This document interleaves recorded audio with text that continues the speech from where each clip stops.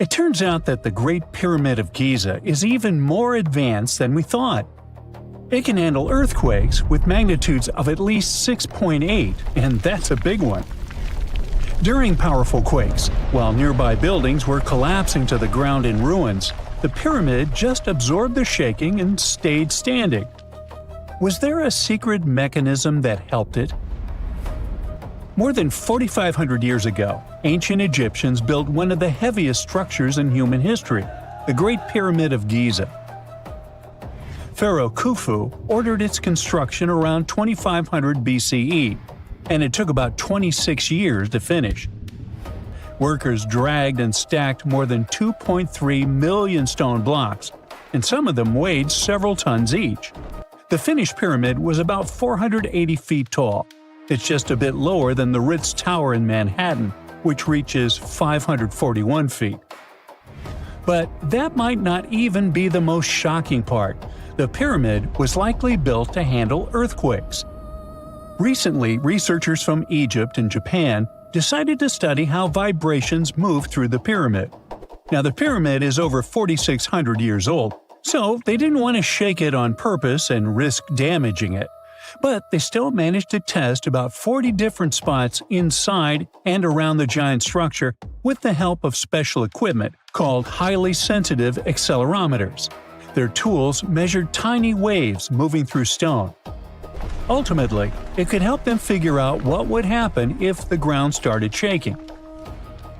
It turns out that instead of concentrating all the force of vibrations in one place, the pyramid spreads the energy through the structure.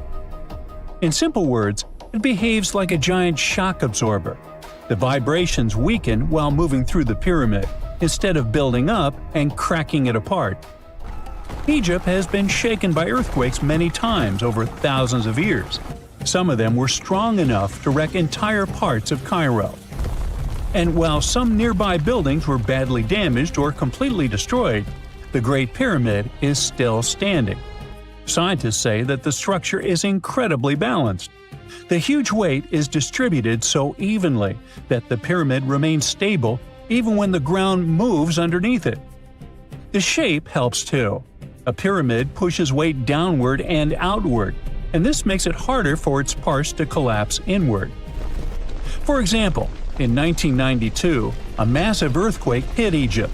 It had a magnitude of 5.9, and its epicenter was about 20 miles southwest of Cairo.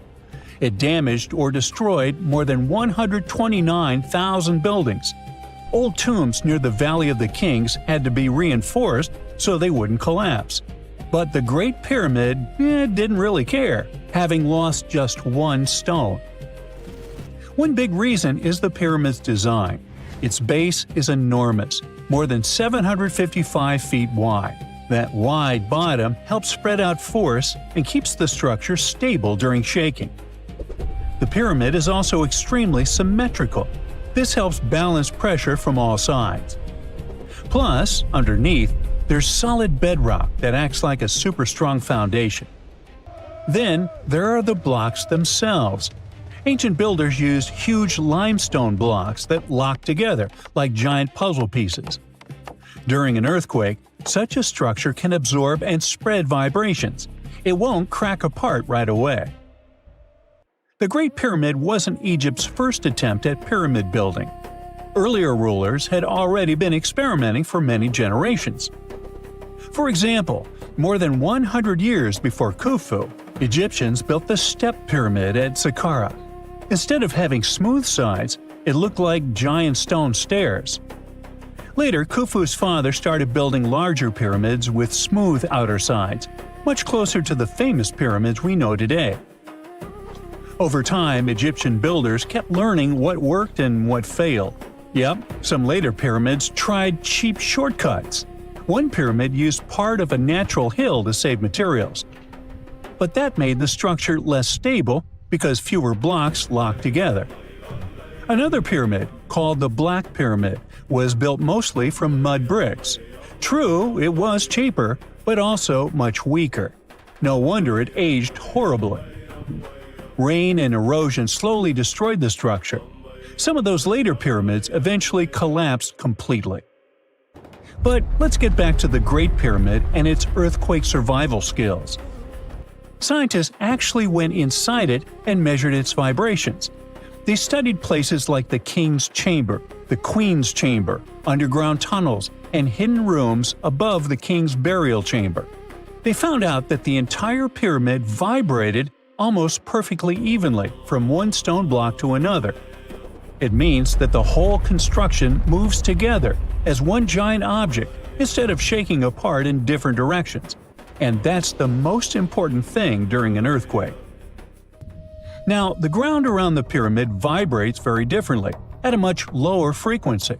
So, when the earth shakes, the pyramid doesn't fully sync up with those dangerous vibrations. And that helps reduce the force moving through the structure. Imagine pushing someone on a swing. If your timing matches the swing, it goes higher and higher. But if the timing is off, the movement weakens. The pyramid seems to work the same way with earthquakes. Scientists also discovered something else inside the structure. Above the King's Chamber, there are several small relieving chambers. And no, they aren't bathrooms. Before, many people thought that they only help support the weight of the ceiling. But now, researchers believe that those chambers may also help weaken earthquake vibrations before they reach the most important inner rooms. In other words, the pyramid must be redirecting and softening shock waves inside itself. Overall, the pyramids are much more amazing than we think. They aren't simply giant tombs built by slaves. Archaeologists found entire workers' villages near the pyramids. The builders had houses, food, medical care, and organized work teams. They were skilled laborers and got paid for their work. They needed those skills and a lot of strength. After all, some of the limestone and granite blocks weighed 80 tons. That's heavier than a fully loaded semi-truck. And they came from quarries miles away. So, how did the workers move them? Well, one theory claims that they used wooden sleds moving on wet sand. Or probably there were special lubricated paths. So far, we haven't figured this mystery out yet. The pyramids also look completely different back then. Today, they look kind of rough and dusty. But originally, they were covered in smooth white limestone. It was polished so brightly that the sunlight reflected off the pyramids like mirrors. Inside the Great Pyramid, the temperature stays close to 68 degrees Fahrenheit almost all the time, even when the desert outside gets scorching hot during the day and freezing at night. The massive stone walls work like giant insulation. The Great Pyramid also lines up almost perfectly with north, south, east, and west. That means the ancient Egyptians understood astronomy better than most people think. The pyramid might have even been an observatory, not just a tomb. Now, there's another mystery of the Great Pyramid: hidden chambers. Using thermal cameras and muon radiography, researchers have detected empty spaces inside the pyramid. But we can't reach them yet, so no one knows what's in there. Of course, there are theories: secret rooms, lost knowledge, hidden chambers, or something that could change how we see the pyramid completely. Because the strange part is, even though the pyramids are supposed to be tombs, no one has ever found a mummy inside the Great Pyramid.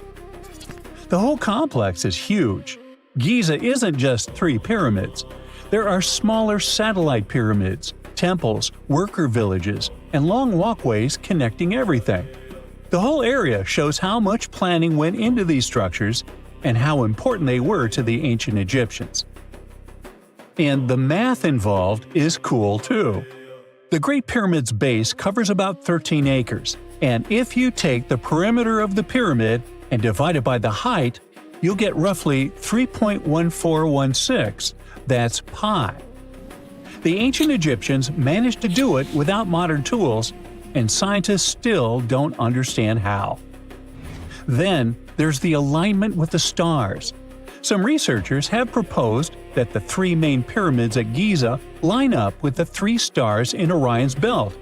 If it's true, that might not be an accident. The ancient Egyptians believed that their pharaoh's souls would rise to the sky through that constellation.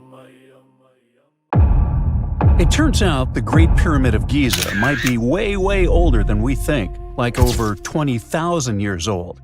That's older than farming or written language. But then, who built such astonishing monuments? Were those even human? Italian researcher Alberto Donini based his idea on something called the relative erosion method. In short, you look at how stone wears down over time and say, yeah, this kind of damage would take way longer than a few thousand years. But before we dive deeper, here's a quick refresher on the pyramids themselves. The pyramids of Giza are some of the oldest giant stone structures ever made by humans. 2 of them are still the tallest pyramids ever built in the ancient world, and the Great Pyramid of Khufu is the tallest of the 3. There's one more reason why that Great Pyramid is special. It's the only one of the original 7 wonders of the ancient world that's still standing today. Now, these pyramids weren't built in one sudden aha moment. A lot of people over many generations worked on them, and you can see their progress over time. Early pyramids have mistakes, weird angles, and structural issues. As for the later ones, they get cleaner and more efficient. It looks like the builders were slowly figuring things out. Each generation solved new engineering problems and got better at it. It's like updates to a smartphone. Each new version is smoother and more advanced. This brings us to the big questions. How old are the pyramids? And who built them? Oh, and how on earth did people move and stack stones that weigh as much as trucks without modern machines? Well, so far we have pretty solid evidence for the general timeline and the workers involved in the process. But the exact construction methods are still debated. And that's why claims like this 20,000-year-old pyramid idea get so popular. Most historians stick with the traditional dating, around 4,500 years old. Now let's get back to the relative erosion method.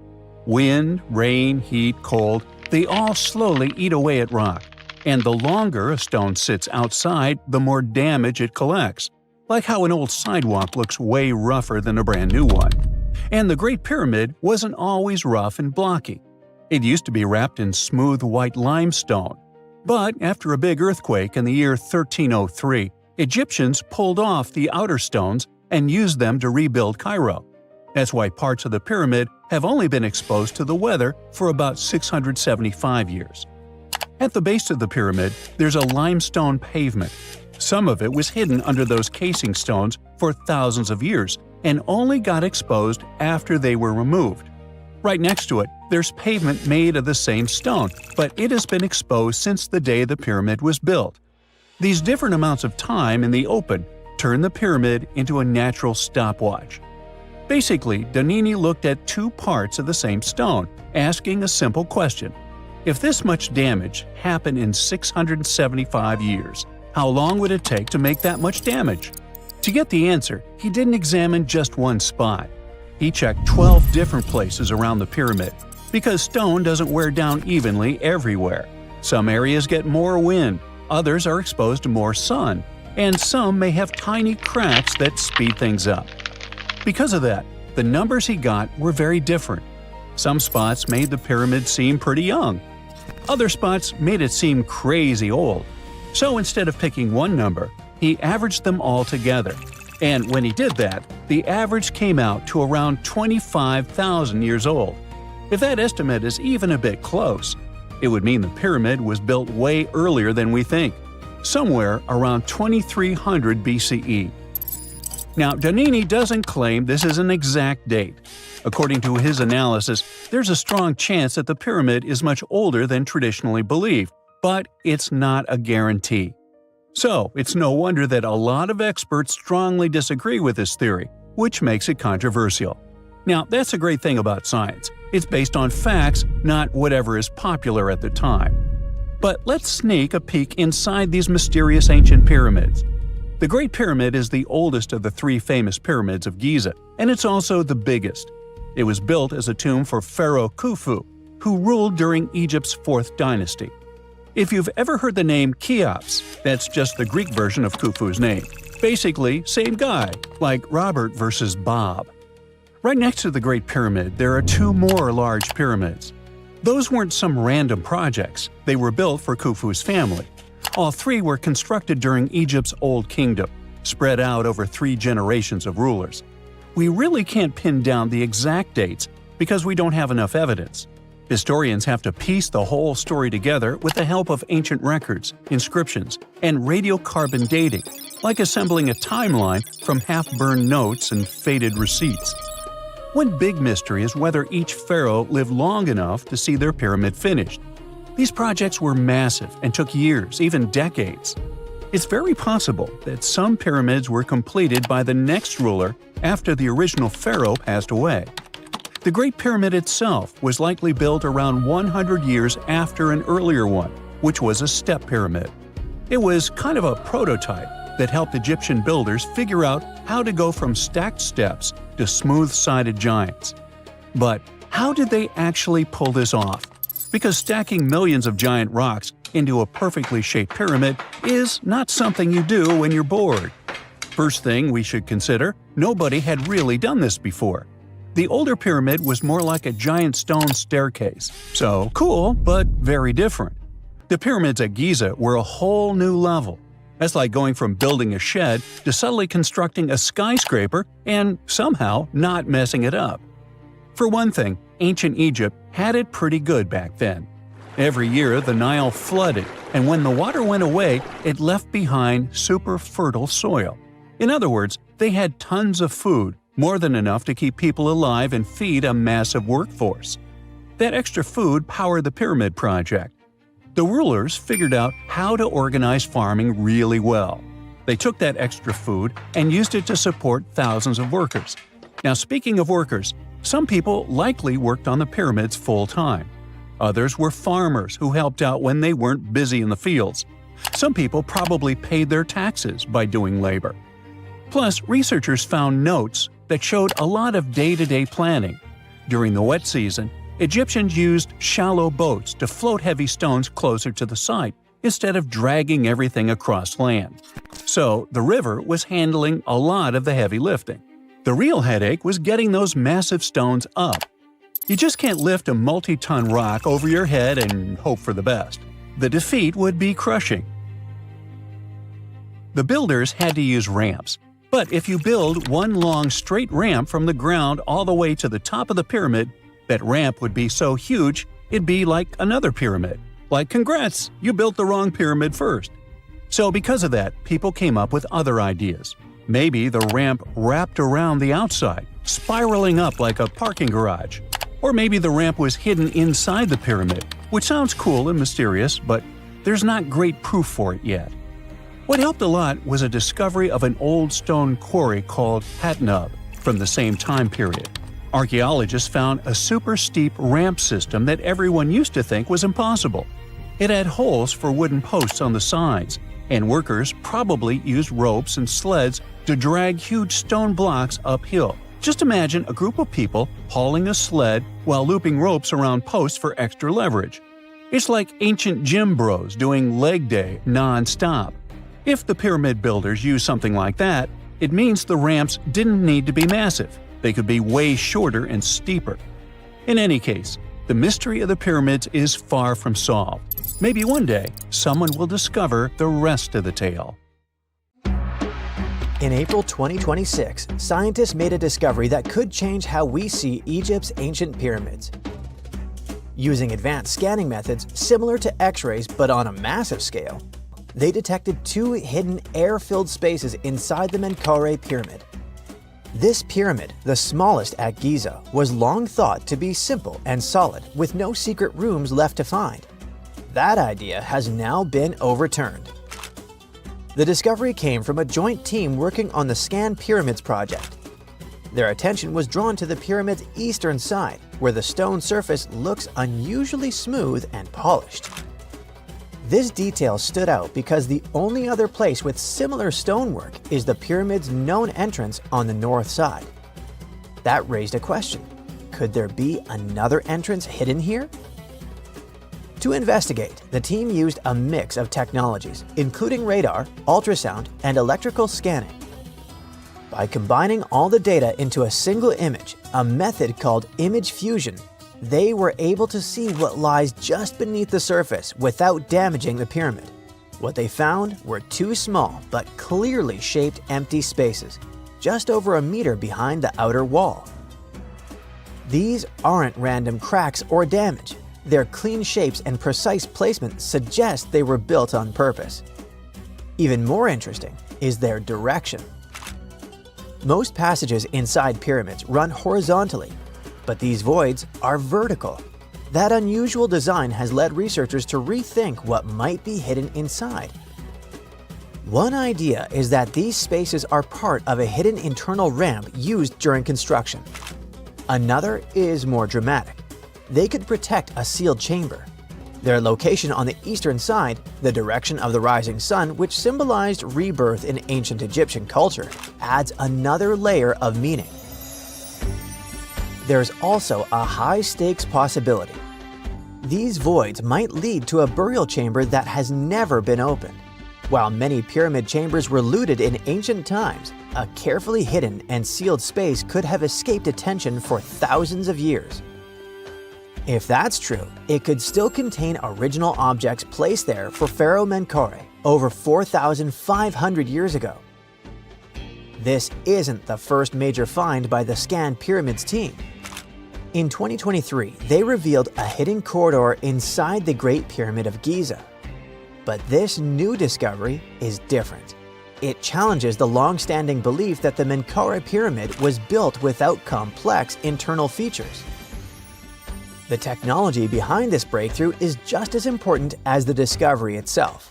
By using non-invasive tools, researchers can explore ancient structures in detail without causing any harm.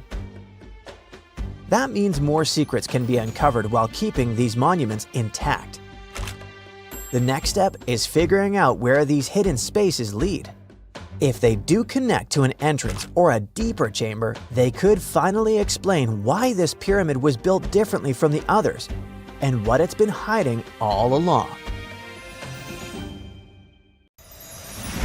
There's a huge stone obelisk that was supposed to be taller than a 10-story building, lying unfinished in the Egyptian desert. That's the obelisk of Aswan, and it looks like it was made using the same technique as Machu Picchu, thousands of miles away. The plan of its creators was to build the largest and heaviest single stone monument the Egyptians ever created. But something interrupted their plans. Over 3,500 years ago, workers began carving this obelisk directly from the solid granite bedrock. They had nothing but simple copper tools and wooden wedges. They had to be extremely precise because obelisks were important symbols of Pharaoh's power and their connection to the deities. The most common version is that Queen Hatshepsut, one of Egypt's greatest rulers, ordered this enormous obelisk to be made. Though some experts think it may have been meant for Pharaoh Thutmose I. If it had been completed, it would have stood 137 feet tall and weighed nearly 1,200 tons, as heavy as 200 elephants. Its surface has smooth, hollowed-out sections that seem as if someone had dug out the granite, just like ice cream. Researchers called this effect scooping, but how it was done is still a mystery. It looks like the same scooping technique was used to build several megalithic sites in South America, where ancient builders shaped stones in a curved, hollowed-out way.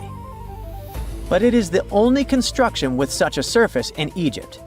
You can see the scooped-out lines at the sides of the obelisk, and they continue down into the ground, following an almost perfect path along the bedrock. The workers first chipped away the rough shape and then used a clever trick. They hammered wooden wedges into cracks and soaked them with water to make the wood expand and split the stone. This method, combined with grinding tools made of harder stone, allowed them to shape the obelisk with incredible precision. But just when the workers were close to finishing, a huge crack appeared in the stone. There was no way to fix it, and instead of removing the broken stone, the Egyptians left the obelisk half buried in the ground. Perhaps they were afraid that a monument with a flaw would tarnish the reputation of the pharaoh and the builders. The obelisk has stayed there ever since, and its bottom side is still attached to the bedrock. It was discovered in the early 20th century after it had been covered by sand for thousands of years. And even in its unfinished condition, it is one of the most important archaeological finds in Egypt, as it has given scientists unusual valuable insights into ancient Egyptian stoneworking techniques. There's another large rock nearby. It's almost completely scooped out at its base, with only a tiny bit of granite still attached to the ground. It looks as if someone tried to separate it from the bedrock, but left it hanging by a thread. There's hardly room for one person to squeeze in and shape the rock in this way. So, perhaps ancient workers used tools or techniques we don't even know about. Another ancient Egyptian marvel is the Great Pyramid. All four sides of it are aligned with all four sides of the cardinal points: north, south, east, and west. According to archaeologist and engineer Glenn Dash, the alignment is accurate to within 1/15th of a degree. The architects managed to achieve this without modern tools like drones, blueprints, or computers. Many researchers tried to explain this construction miracle. One theory was that the builders used a pole star or the sun's shadow. But Dash recently proposed that the Egyptians might have used the autumnal equinox to align the pyramids. It happens twice a year when the Earth's equator passes through the center of the sun's disk, making day and night nearly equal in length. To test his theory, Dash conducted an experiment on the 22nd of September 2016, the day of the fall equinox. He used a special rod to cast a shadow and tracked its tip at regular intervals to form a smooth curve. He connected 2 points of the curve with a taut string and created an almost perfect east-west line. On the equinox, the shadow's tip runs a straight line, nearly perfectly east-west, and with a slight counterclockwise error. There's a similar error in the pyramids. Although his experiment was conducted in Connecticut, Dash believed that the same method would work in Egypt. All the ancient Egyptians needed was a clear, sunny day. They could determine the fall equinox by counting 91 days from the summer solstice. But they left us a few clues, and no engineering documents or architectural plans have been found that explain their methods. So they might have mapped shadows, but we can't be sure. Some Roman bridges were built more than 2,000 years ago, but many of them are still standing, and some are even still in use today. The Romans needed bridges to move their powerful forces quickly across rivers and valleys. To do this, they trained special engineers and craftsmen who became experts in construction. These builders traveled all over the Roman Empire, shared their knowledge, and made sure every bridge was built the best way possible. One of the Romans' best ideas was using arches instead of flat beams. Arches spread out the weight of the bridge, making it much stronger and able to last longer. To solve the problem of building bridge supports in water, the Romans invented something called a cofferdam. First, they would hammer large wooden walls into the riverbed and seal the gaps with clay to keep water out. Then, they poured concrete inside the dry space they had created, forming a super strong base for the bridge. One famous bridge that used this trick is the Sant'Angelo Bridge in Rome. It was built more than 1,800 years ago, and it's still standing today over the Tiber River. Unfortunately, many of the Roman engineers' blueprints and records have been lost over time. A few ancient writers wrote about Roman construction methods, but they didn't record every detail. Today, scientists and historians have to study the bridges themselves to figure out how they were built. The problem is that even though many Roman bridges still stand today, they aren't always exactly as they were when they were first built. Some survived because they were made from extra strong materials. Others were carefully repaired and maintained over the centuries. Some bridges weren't used much, so they stayed in good shape simply because they didn't wear out. Even when modern engineers study these bridges, they know that some parts have been rebuilt or restored many times. Ancient amphitheaters had such great acoustics that modern scientists use computer programs and special sound simulations to figure out how it worked. Many of these open-air theaters are partially ruined, so experts recreate them in digital models to test how sound travels inside them. But some ancient theaters, like the famous theater of Epidaurus in Greece, are still so well preserved that scientists can measure the sound in real life. The acoustics there is so perfect that you can hear someone speaking on stage clearly, even from the very top row. The curved, bowl-like shape of the theater worked like a giant speaker that naturally amplified voices and music. The seats were placed at different heights and angles so that the sound waves moved smoothly through the theater. Hard materials like marble and stone were great at bouncing sound waves across the theater, so voices and music were louder and clearer. But too much echo would make words hard to understand, so ancient architects used soft materials like curtains, carpet, and even special awnings to absorb extra sound waves and keep the acoustics perfect. One of the largest and most famous Roman amphitheaters, the Colosseum in Rome, had a huge retractable awning that could be pulled across the top to block out the sun and also reduce excess echoes, making sure the audience could hear every word and sound without distortion. Where an amphitheater was built also helped with sound. Many ancient theaters were designed facing east to west, so during afternoon performances, the actors and musicians were bathed in natural sunlight. We know that the ancient Egyptians were talented enough to build something as grand as the pyramids, but were they also smart enough to measure the speed of light? There's a theory circulating online that says exactly that. If you look at these two numbers, you'll see that they match completely. The first one is the speed of light in a vacuum measured in meters, and the second one is the latitude of the Great Pyramid of Giza. So, was it done on purpose, or is it just a coincidence? Well, happily, we can tell you that it's actually just a coincidence, not another conspiracy thingy. The Great Pyramid is just one of the many places in the world that share the same latitude. And more importantly, even if the ancient Egyptians had somehow measured the speed of light and chosen to keep it a secret from the rest of the world, they wouldn't have used meters to put it down. Meters were only defined at the end of the 18th century. The builders of the pyramids used a different unit of measure called cubits. 1 cubit is equal to 1.5 feet. Cubit was based on the length of the arm from the elbow to the tip of the middle finger, and it became popular in the ancient world. So if they wanted to impress the rest of the world and set the pyramids at a point that matched the speed of light in cubits, they would have to build their iconic constructions somewhere in Europe. And then the Danish astronomer who first measured the speed of light in 1676 would have been really upset to know that someone had done it centuries before him. So although they were ahead of their time in many aspects, the ancient Egyptians never measured the speed of light or used longitude and latitude to map their locations. The base of the Great Pyramid of Giza might seem like a perfect square, but it's actually an 8-sided structure, not 4-sided. Each of its 4 sides has a subtle concave indentation that splits it evenly from base to tip. The official version is that a British pilot was the first to notice it in 1940 while flying over the pyramid. He took a photograph that showed shadows highlighting these indentations.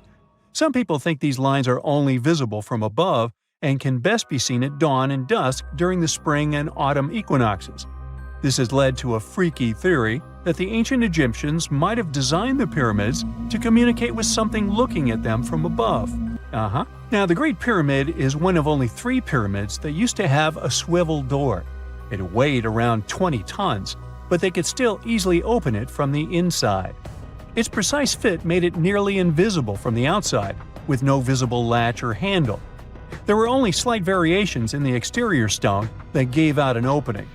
The other 2 pyramids with similar doors belonged to Khufu's father and grandfather. The Great Pyramid also has a hidden void at least 100 feet long that was only found in 2017. We still don't know what lies within the space, what purpose it served, or if it is the only space of its kind. Researchers used the same tech to see through cathedral walls, Mayan pyramids, and even volcanoes.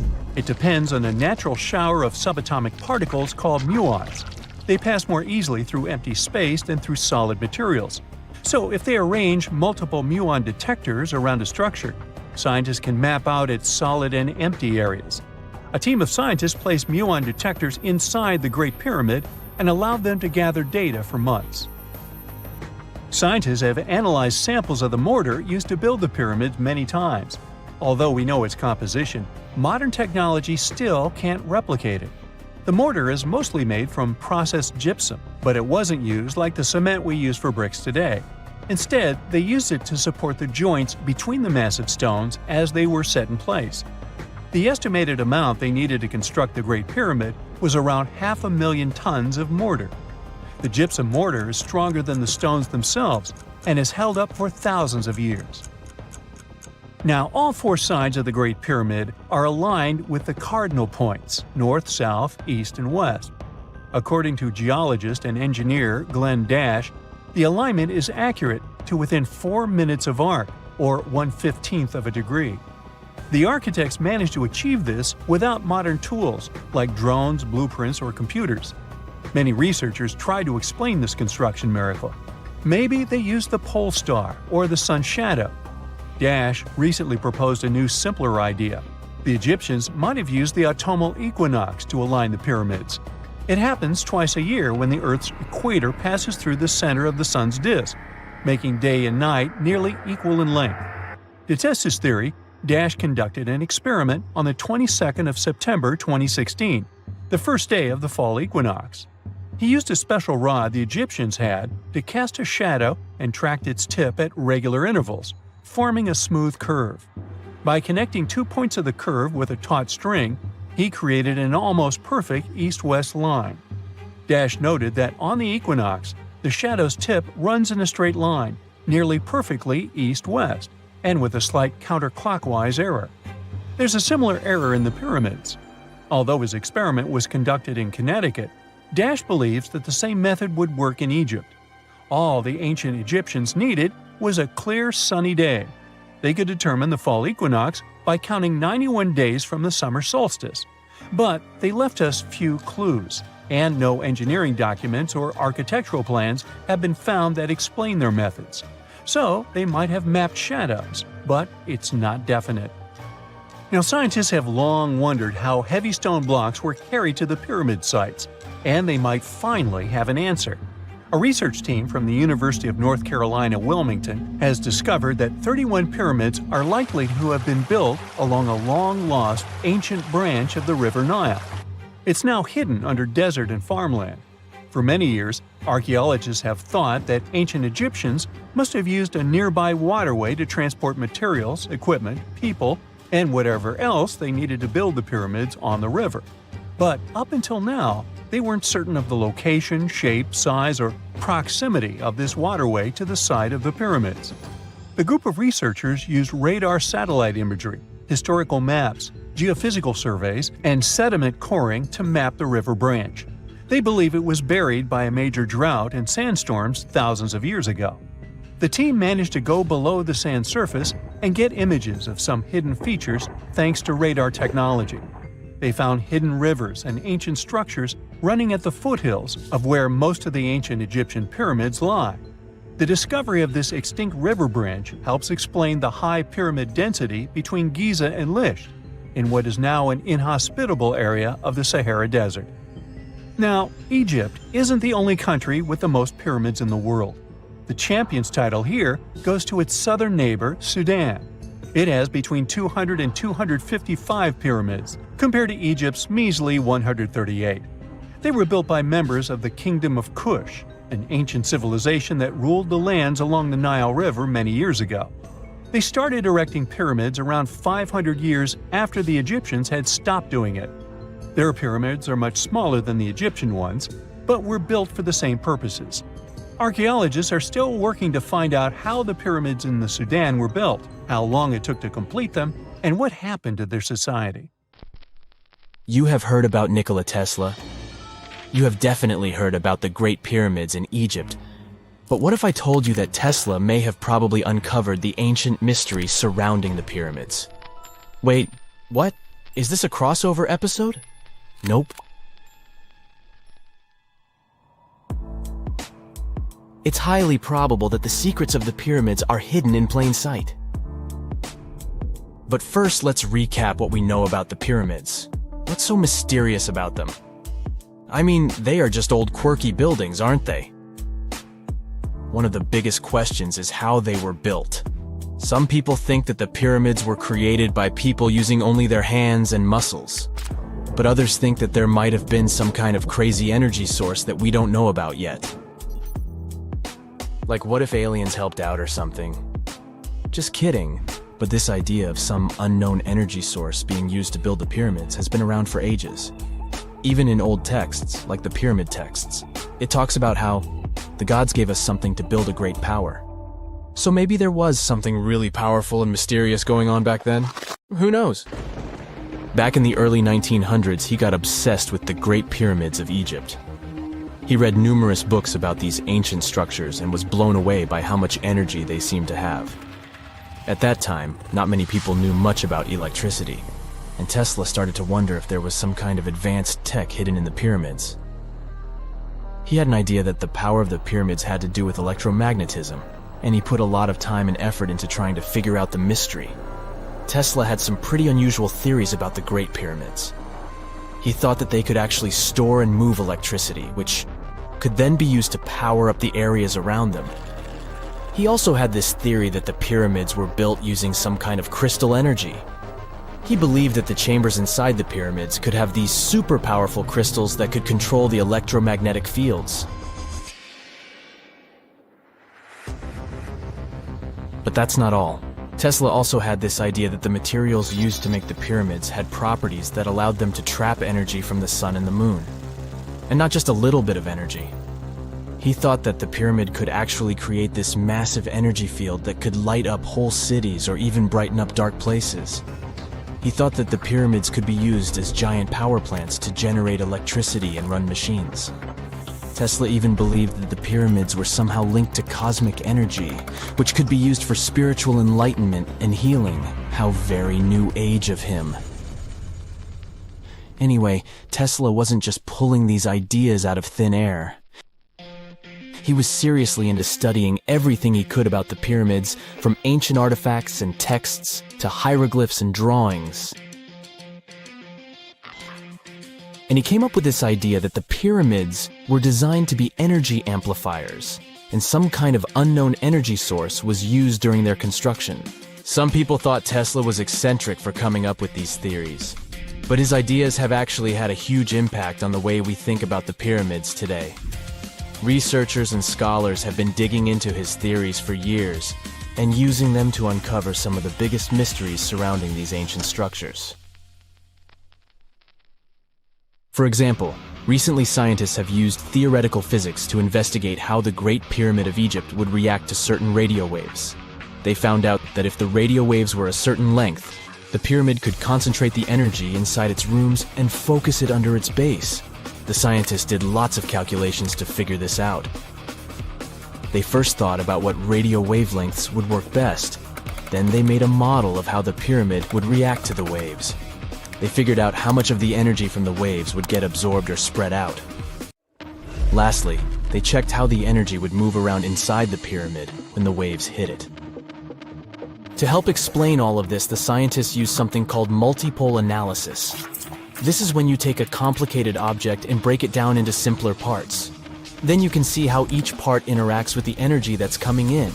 It's like taking apart a puzzle to see how each piece fits together. The researchers are interested in how all of this can be used in the future. They want to make really tiny particles that can do the same thing as the pyramid, but with light. By changing the size, shape, and the material of these particles, they can control how the light moves around them. This can be really useful for things like making tiny sensors or super efficient solar cells. The scientists had to make some guesses when they were doing their research. They assumed that there weren't any hidden spaces inside the pyramid, and that the material used to build it was all the same. But even with these guesses, they still made some pretty impressive discoveries. But the pyramid study is not the only proof that Tesla was ahead of his time. There are more Tesla's projects that seemed unrealistic at the time, but that scientists and enthusiasts reevaluate and try to implement today. Let's talk about Tesla's most ambitious project, the Warden Cliff Transmission Tower. Back in 1900, Tesla was already a big shot when it came to electrical engineering in America. People were blown away by his amazing inventions and the fact that he managed to outdo Thomas Edison in the battle of currents. However, Tesla wasn't content to rest on his laurels. He decided to embark on his most ambitious project yet, the transmission tower at Wardenclyffe. It was built between 1901 and 1905, and it was based on one of Tesla's breakthrough ideas. He had a vision to make the impossible possible by creating a global wireless communication system. It would use Earth itself as a conductor, transmitting music, news, stock market reports, secured military communications, and even facsimile images.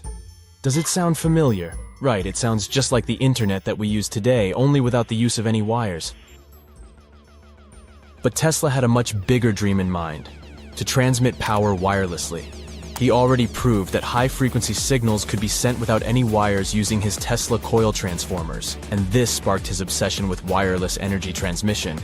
His vision was to not only transform the way we communicate, but also to find a way to transfer power currents globally by tapping into the Earth's natural energy. Tesla believed that there was an abundance of free energy all around us that could be used for humanity's benefit. In 1899, he conducted some top-secret experiments and got convinced that it was possible to transmit electrical power through the Earth's upper atmosphere. This is actually how the Wardenclyffe Tower was created. It was supposed to be the prototype station for a network of towers all over the globe that would provide the whole world with wireless energy. Unfortunately, Tesla didn't have the resources or the patience of his investors to bring this project to fruition. It ran into all sorts of financial problems and roadblocks, and in 1917, the unfinished tower was finally torn down for scrap metal to pay off Tesla's mounting debts. Now it remains a sad reminder that even the greatest minds can sometimes fall short of their dreams. The original red brick laboratory, however, is still there, and it is the only Tesla lab that has survived. Fun fact, in 2017, a film crew made a crazy discovery. They used ground-penetrating radar to explore the area around Wardenclyffe, and they found a whole series of tunnels stretching for hundreds of feet underneath the site. Nobody knows exactly what these tunnels were used for, but people have been speculating for years that they were part of Tesla's grand plan. Wardenclyffe, of course, is a major landmark for Tesla enthusiasts from all over the world. Who knows? Maybe someone will finally crack the mystery of the tunnels one day. But even if they don't, the legacy of Tesla and his amazing ideas lives on. In 1850, French scientist Auguste Mariette went to Egypt looking for manuscripts, but accidentally found a head of a sphinx sticking out of the dunes. He cleared the sand and figured out the sphinx was guiding the entrance to some underground construction. Several months later, he finally entered the Serapeum of Saqqara. Inside, he found an enormous granite sarcophagi with remnants of 64 bulls. Scientists are still amazed by the tech that the ancient Egyptians used to transport those enormous boxes. The Serapeum was built around the year 3000 before the Common Era. It was an underground tomb built to honor the sacred Apis bulls of ancient Egypt. It had a long hallway, almost 500 feet long, with giant stone rooms on both sides. Some of the sarcophagi weighed as much as 50 average cars, and all of them were made with super precision, with exact 90-degree angles. These sarcophagi were beautifully decorated with hieroglyphs and carvings that told stories about the lives and importance of the Apis bulls. Now, there are 24 sarcophagi left. In ancient Egypt, Apis bulls were very special animals connected to the deity Ptah. They thought the bulls carried Ptah's spirit and wisdom, helped the pharaoh, and protected the Egyptians. Priests looked for special markings on young bulls to find Apis bulls. It could be a white triangle on its forehead, which symbolized divine light, a shape on its back like a vulture's wing, and a scarab shape under its tongue, which stood for rebirth. If a bull had these signs, they believed it was chosen by Ptah and treated it like royalty. The chosen bulls lived in a special temple in Memphis, the city where they worshipped Ptah. They received the best care and offerings from visitors who wanted their blessings. When an Apis bull passed away, it was treated with great honor and mummified. When Mariette entered the Serapeum, he noticed traces of rollers on the gallery's floor and found 2 wooden horizontal winches. Each had 8 levers. Later, other explorers saw double rails. The burial chambers were lower than the hallway floor. To get the boxes into place, workers filled the chambers with sand so the sarcophagi could be rolled in straight. Then they slowly removed the sand to gently lower the boxes into perfectly cut spaces in the bedrock. A carved stone sign found in the Serapeum said it took 28 days to move just one sarcophagus and its lid into its spot during the time of Ptolemy II. The extreme precision of the sarcophagi with 90-degree angles also has an explanation. Ancient Egyptians wrote texts, or rather, papyrus, on geometry a long time ago. It shows that they knew the approximate number pi and could calculate the volume of a pyramid with its top cut off. If they could figure out complicated math like that back then, it makes sense that they could also carve perfectly flat surfaces 500 years later. All this sounds pretty legit, but some people think certain things don't add up here. The size of boxes is way larger than the size of bulls, yet they buried pharaohs in tiny coffins that barely fit their bodies. The sarcophagi are made out of granite with crazy precision, and they could have just used limestone, which would have made things way easier. The transportation of the boxes seems pretty simple, but only in theory.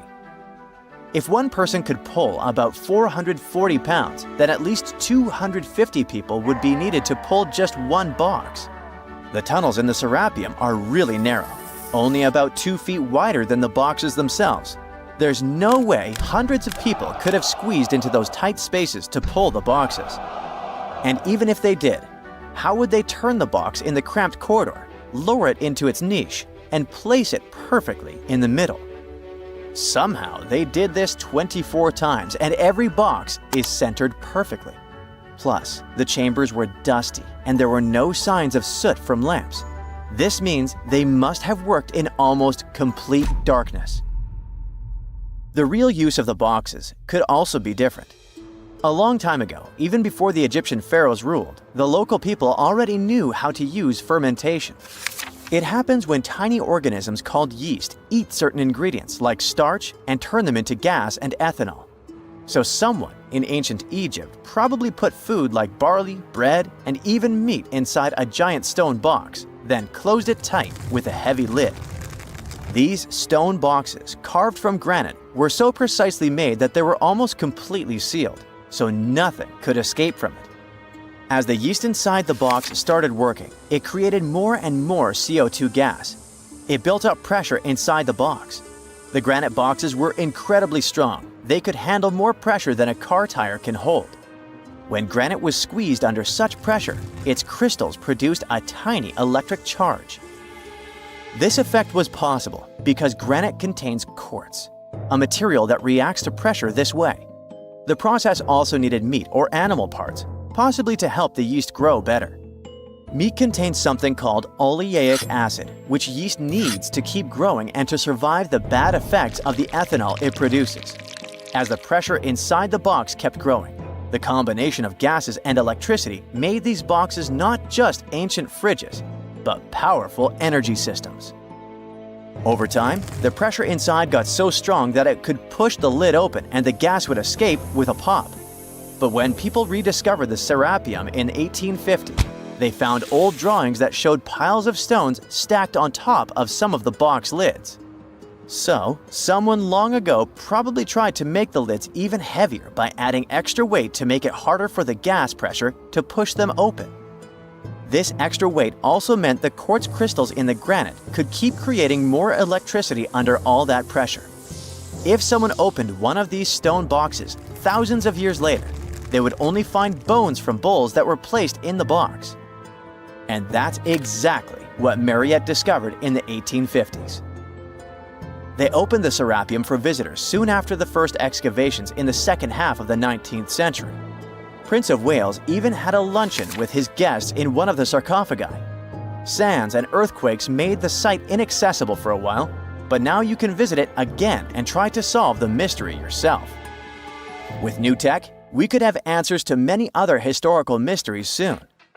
A team of scientists at Chicago's Field Museum of Natural History recently used a special CT scanner to learn more about ancient Egyptian mummies without unwrapping them. They gently rolled 26 mummies on custom carts out to the parking lot, where the scanner was waiting. It took thousands of detailed X-ray pictures of each mummy and their coffins. When all the pictures were put together, they created 3D images that showed what was inside, the skeletons, and some artifacts. The scientists hope these images will help them understand ancient Egyptian burial practices from over 3,000 years ago. Even though the scanning process only took 4 days, it might take 3 years to study all the data. But scientists were able to learn some personal details about the mummies. One of the most popular mummified individuals at the museum, Lady Chineta, was a woman who lived in ancient Egypt about 3,000 years ago. It looks like she passed away in her late 30s or early 40s. To make sure her body looked complete for the afterlife, embalmers put stuffing in her neck to keep it from collapsing. They also placed artificial eyes in her sockets, so she would have eyes in the next world. She was wrapped in fancy linen and placed in a beautifully decorated coffin. The scans revealed that it had been carefully crafted with a slit at the back, which embalmers used to fit the body. There were also some artistic details on the surface, like markings for her knees. It looks like her burial was on the scale of a high-end luxury car. Most people know that pyramids were built as grand tombs for the pharaohs, designed to ensure they had a smooth journey to the afterlife. The Great Pyramid of Giza, for instance, was constructed for the pharaoh Khufu. But what most people don't know is that this whole pyramid building trend started right here with the step pyramid of Djoser about 4,700 years ago. This massive structure was built for Pharaoh Djoser, a ruler from Egypt's 3rd dynasty. It rises 7 layers high above the ground and stands about 200 feet tall. We think of it today as a phenomenal architectural project, but for ancient Egyptians, the step pyramid of Djoser turned out to be more like a massive experiment, a trial run, if you will, to perfect their building skills before they moved on to even more ambitious pyramids. Reaching new heights is super exciting, but the real mystery is what is going on below the ground. In this pyramid's underground labyrinth, there is a network of tunnels stretching about 3.5 miles long, and some researchers believe these tunnels might have been part of a sophisticated water system that could completely change what we think about pyramid construction. Let's talk about this massive complex located in Saqqara. Surrounding the pyramid, there's what's known as a dry moat, a continuous trench that is up to 164 feet wide and almost 2 miles long. It forms a sort of rectangular shape around the pyramid. This trench has an average depth of about 65 feet.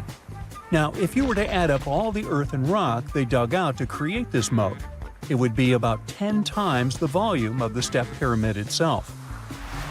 For the longest time, people just assumed this trench was nothing more than a huge quarry, a place where they dug up stone and clay to build the step pyramid. Makes sense, right? But when you take a closer look, it doesn't add up.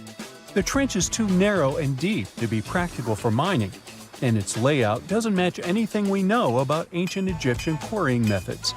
Plus, some sections of the trench are actually covered with a rocky ceiling, which would have made it nearly impossible to use as a quarry. Another theory suggests that the dry moat had some kind of spiritual significance. Maybe it was a sacred place, where souls of nobles gathered to serve the late king in the afterlife. There are even niches in the walls that work as a hint at this spiritual function. But most researchers believe that this purpose likely developed much later, long after the complex was built for Djoser. So what was the moat really designed for? In 2020, a researcher came up with a pretty intriguing idea. It is possible that this trench was actually designed to collect and manage water, especially after heavy rainfalls. Now, that makes sense when you consider the location. The moat sits in an area that could easily have been flooded by runoff water from nearby plains. This could also explain why the trench wasn't used for new graves until much later when the climate became drier and less prone to flooding. The story becomes even more intriguing as this trench appears to be part of a larger, more complex hydraulic system within the Djoser complex. It is like the trench has several compartments, carefully carved out of the rock and connected by tunnels. These compartments likely served as a part of a water treatment system, where water would flow from one compartment to the next, getting cleaner as it moved along. Now, here is where things start to tie into the pyramid itself. The Djoser complex has a series of underground shafts, and some researchers think that water from the moat's deep trench might have been used to power a hydraulic lift system, and this giant water-powered elevator could have been used to raise the heavy stones needed to build the pyramid. It worked like a volcano, but instead of lava, water did the heavy lifting. Imagine a big deep hole in the ground at the center of the pyramid site. Inside this hole, there was a huge wooden platform, kind of like a giant raft that could move up and down. When the workers wanted to lift a heavy stone, they would fill the hole with water. As the water rose, the wooden platform started to float up, carrying the stone with it, almost like a giant water-powered elevator. When the stone reached the right height, the workers slid it off the platform and onto the pyramid. The idea is that water from the deep trench, after being cleaned and filtered, would flow into these shafts. A massive float, possibly made of wood, would then rise as the water filled the shaft, lifting the stones up to where they were needed for construction. Once the stone was in place, they'd let the water out, lowering the platform back down to the bottom, ready to lift the next stone. This fancy hydraulic lift system could have been a game changer, making the whole building process a lot faster and more efficient without using a lot of workforce. It is like the ancient Egyptians were already embracing the whole idea of work smarter, not harder. But of course, not everyone is on board with this theory. Some experts argue that the area where the step pyramid of Djoser was built couldn't have held enough water from occasional rains to maintain such a fancy hydraulic system. The main theory suggests that, in the past, there might have been some kind of lake nearby that would have filled up after a period of rain, and this lake could have supplied water to the complex's hydraulic system. But there is no mention of such a lake in any ancient Egyptian writings, so it might be more of a what-if situation than a reality. And then there's the issue of the hard work itself. Remember when I said this method could have allowed the ancient builders to raise stones with far less effort? Well, that might not be entirely true. According to some experts, just building this hydraulic device would have required a lot more heavy work than simply moving the stone blocks using good old-fashioned manpower. And let's not forget, the step pyramid of Djoser is like a baby pyramid compared to those that came later. The stones used for Djoser's pyramid weighed, on average, about 660 pounds each, which is nothing compared to the more than 2.5-ton blocks used later for the pyramid of Chephren. If this cool water lift theory gets completely ruled out, we still need to explain how this pyramid was built in the first place. To answer that, we need to rewind a bit and talk about the original plans. See, before Djoser's tomb became a pyramid, the idea was to construct a simple mastaba. This type of tomb was pretty common in earlier periods, a flat-roofed, rectangular structure with sloping sides. But after the original mastaba was finished, they decided to expand it a bit by adding more layers on top. And then they added even more layers, until the construction reached 6 distinctive steps, each one smaller than the previous.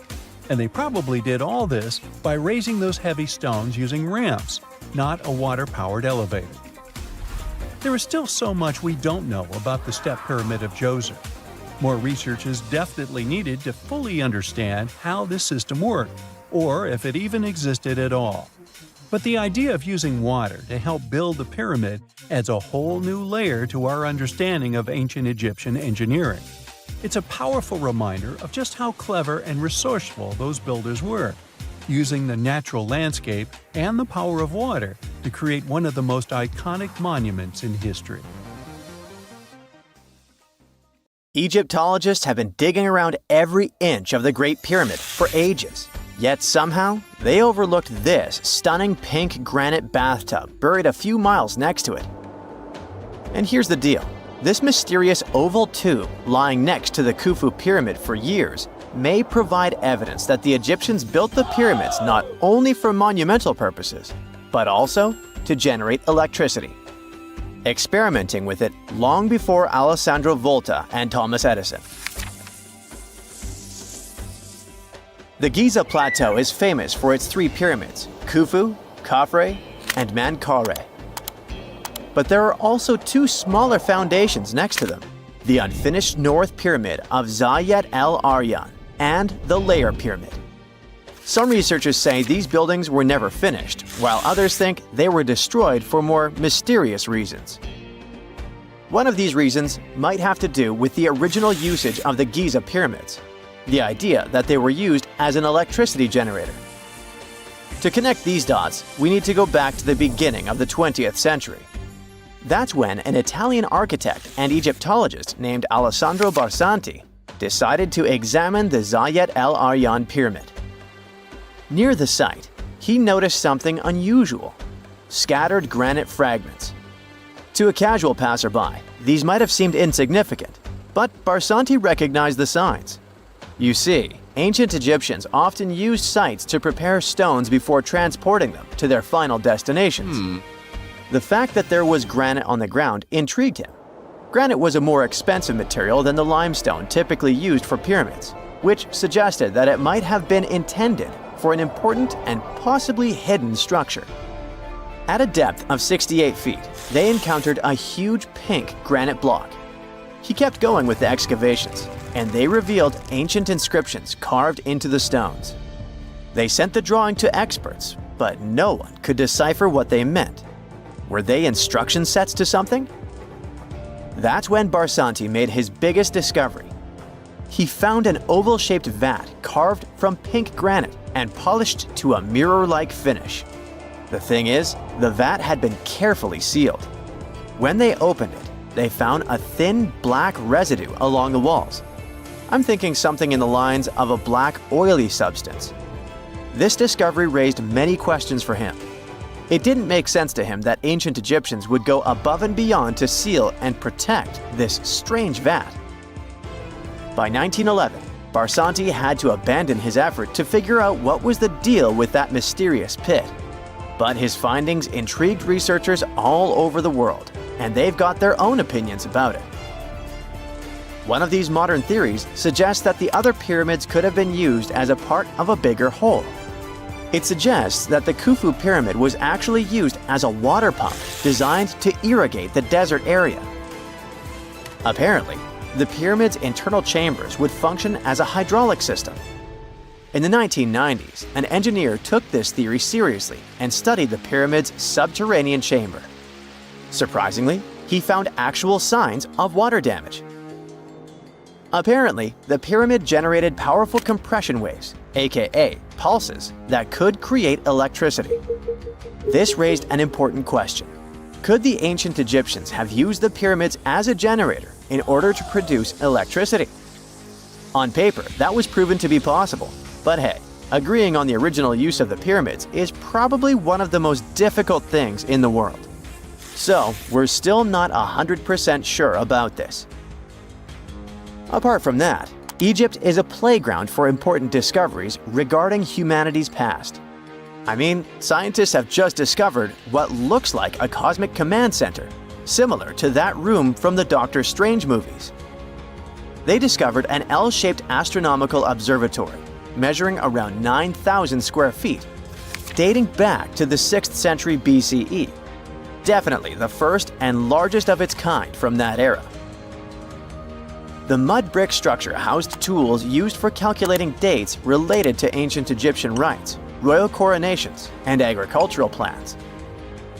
This observatory is located in the archaeological site known as the Temple of Phuto, just 50 miles east of Alexandria. It's pretty impressive. The structure was designed so that you'd get inside the room through an east-facing entrance. This way, you'd get to see the sunrise. Once inside, you'd find a pretty huge shadow clock, used to tell time by tracking the movement of shadows inside the room. This variant of a sundial clock was nearly 16 feet long. That was quite an exciting discovery. Another interesting one was that scientists and Egyptologists have discovered the first ever pregnant mummy. Now, even if we know quite a lot about mummification processes, we keep making discoveries that open new doors into the lives of ancient Egyptians. It took so long for someone to find out this mummy was expecting at the time she was embalmed because she was placed in a male's coffin. More specifically, a male priest. Historians say that during the 19th century, a lot of traders mixed coffins up in order to sell them. Yes, that means they opened them and switched mummies to please their buyers. It was a complete surprise because they were hoping to study more about ancient health issues when they opened this coffin up. But they had another special research on their hands: prenatal practices in ancient Egypt. This mummified woman who lived about 2,000 years ago was from 20 to 30 years old when she passed away.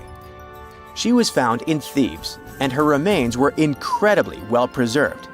You see, mummification recipes varied across Egypt. In this woman's case, researchers could tell she was a member of the high society since she was buried with special amulets. But since mummification methodologies differed so much between cities and time periods, they still have to dig further to understand why she was embalmed along with her baby. Speaking of mummies, scientists were digging up a final resting place in Saqqara, also in Egypt, and they unearthed two embalming workshops. One was for humans and the other for sacred animals. Apparently, the workshops date back to about 2,400 years ago.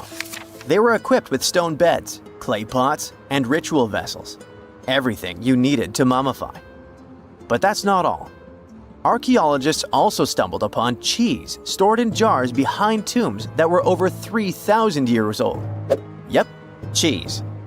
This shows that the ancient Egyptians were pretty savvy when it came to preserving food, too. They knew how to store stuff for the long haul, not just the mummies. It really shows how they applied their preservation skills to both food and bodies, giving us a glimpse into their impressive technological know-how. Scientists have also found one of Egypt's oldest complete mummies, and to their surprise, it was completely covered in gold. You see, Egyptian mummies covered in gold are already a rare thing, but they weren't expecting it to be the oldest one ever found.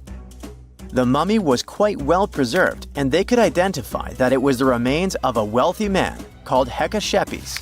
Many symbols show that he was important and wealthy, like the band he wore on his head and the bracelet on his chest. He was also dressed in a tunic wrapped with a belt, which was a way to preserve the good appearance of a person after they passed away. To reveal it, they had to open the final resting place with mortar. Basically, it was like they were opening a time machine, just as the ancient Egyptians did 4,300 years ago. If you think about it, it's almost like entering a time capsule. Enough about mummies. Scientists also found something very exciting hovering above the pyramids. They had to use a fancy top-notch radar known as LARIT, aka Low Altitude Long Range Ionospheric Radar, which can see these invisible waves far away into the sky. LARIT helped them discover giant plasma bubbles floating in the air above the pyramids. These bubbles are called plasma bubbles, and they wreak havoc on modern technologies. I mean, they can disrupt GPS and phone signals for hundreds of kilometers in diameter from where they're located. These bubbles are massive, sometimes as big as cities, and they're caused by the sudden depletion of charged particles in the ionosphere. So, instead of spreading out evenly throughout the ionosphere, they stick together in this wave-like form. This was a pretty important discovery because it can help scientists understand how to prevent these waves from messing with our technology. There are mysterious plasma bubbles floating around the pyramids of Giza. As bizarre as that might sound, let's get one thing clear right off the bat. There's nothing extraterrestrial going on here. Plasma bubbles are those weather anomalies that form in a layer of Earth's atmosphere called the ionosphere. This is an invisible layer surrounding our planet that stretches roughly from 50 to 400 miles above Earth's surface, right at the edge of space.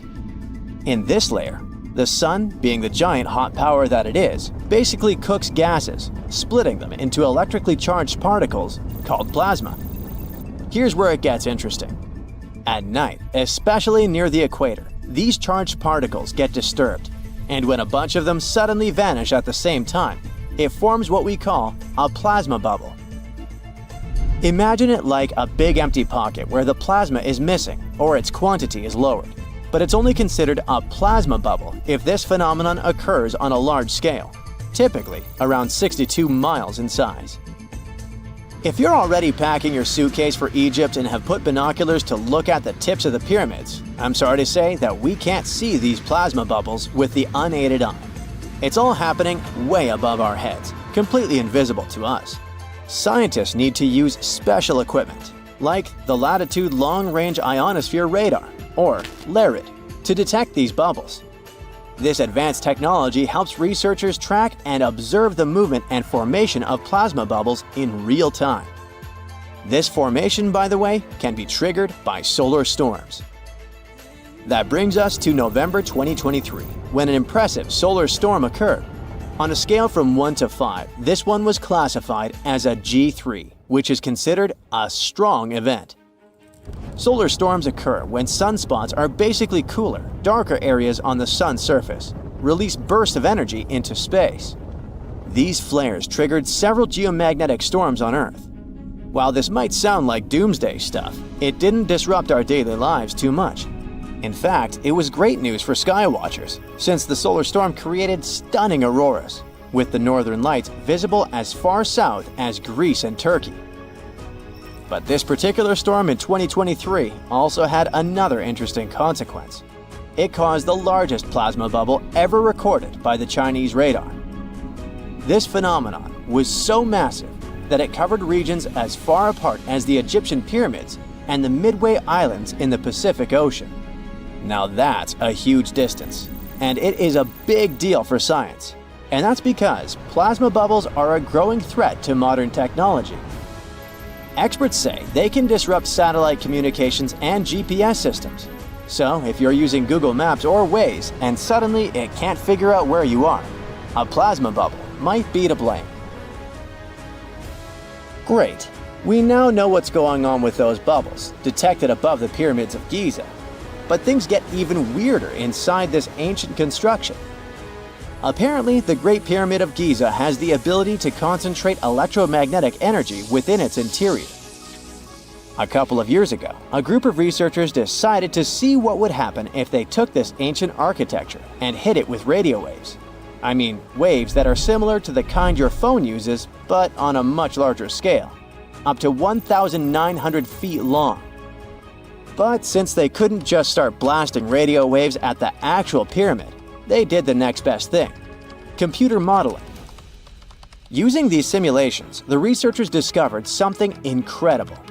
The Great Pyramid can actually concentrate electromagnetic energy within its internal chambers, as well as underneath its base, where an unfinished chamber is located.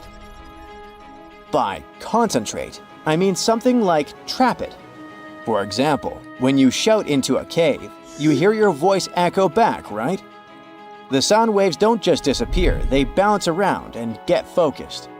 Similarly, when radio waves hit the pyramid, they don't just pass through or around it. Instead, they get absorbed, bounce around, and focus inside and underneath the pyramid. Our list of mysterious phenomena surrounding the Egyptian pyramids doesn't end there. Inside the pyramid, there's a long, narrow passage that leads to what's known as the King's Chamber. This room sits at the center of the pyramid, and it's believed to have been the final resting place of Pharaoh Khufu, the ancient Egyptian leader who commissioned the entire thing over 4,000 years ago. When visitors step into the King's Chamber, two things normally strike them: the room's incredible acoustics and its heavy, imposing structure, which is entirely lined with red granite. Recently, scientists have started to connect these two facts. Some researchers now believe that the King's Chamber might be able to catch or pick up sound energy generated from other parts of the pyramid. In other words, this room might have been designed to amplify sound in a way that no other chamber in the pyramid can. To test this theory, researchers conducted an experiment where they sang in the Queen's Chamber, which is located directly below the King's Chamber. Here's where it gets wild. The music couldn't be heard in the lower underground rooms of the pyramid, but it sounded loud and clear in the King's Chamber. One possible explanation for this is the type of stone used in the King's Chamber: pink granite. Granite is known for its piezoelectric properties, meaning it can absorb energy from its surroundings, like sound vibrations, and convert it into electrical energy. This suggests that the chamber's unique acoustics might be due to more than just the shape of the room. It could be that the granite itself plays a role in amplifying and concentrating sound waves. According to scientists, these discoveries open up a whole new field of research into the pyramid's potential. Could the ancient pyramids have somehow harnessed the energy created by sound waves, or even Earth's natural vibrations? It might sound far-fetched, but considering the granite's piezoelectric properties are well documented in modern science, it's not entirely impossible. Who knows? Maybe we've only just scratched the surface of what the pyramids were truly capable of. Speaking of just scratching the surface, there's even more to think about, like how the pyramids ended up in such a perfect location. It seems the builders lined up the Great Pyramid with the cardinal points, meaning its sides are almost perfectly aligned with the four main directions: north, south, east, and west. There are many theories about how they did it, but one study suggests that Egyptians might have used the fall equinox to achieve this perfect alignment. During the equinox, the sun rises and sets directly in the east and west. It probably made it easier for builders to use the sun's position as a guide.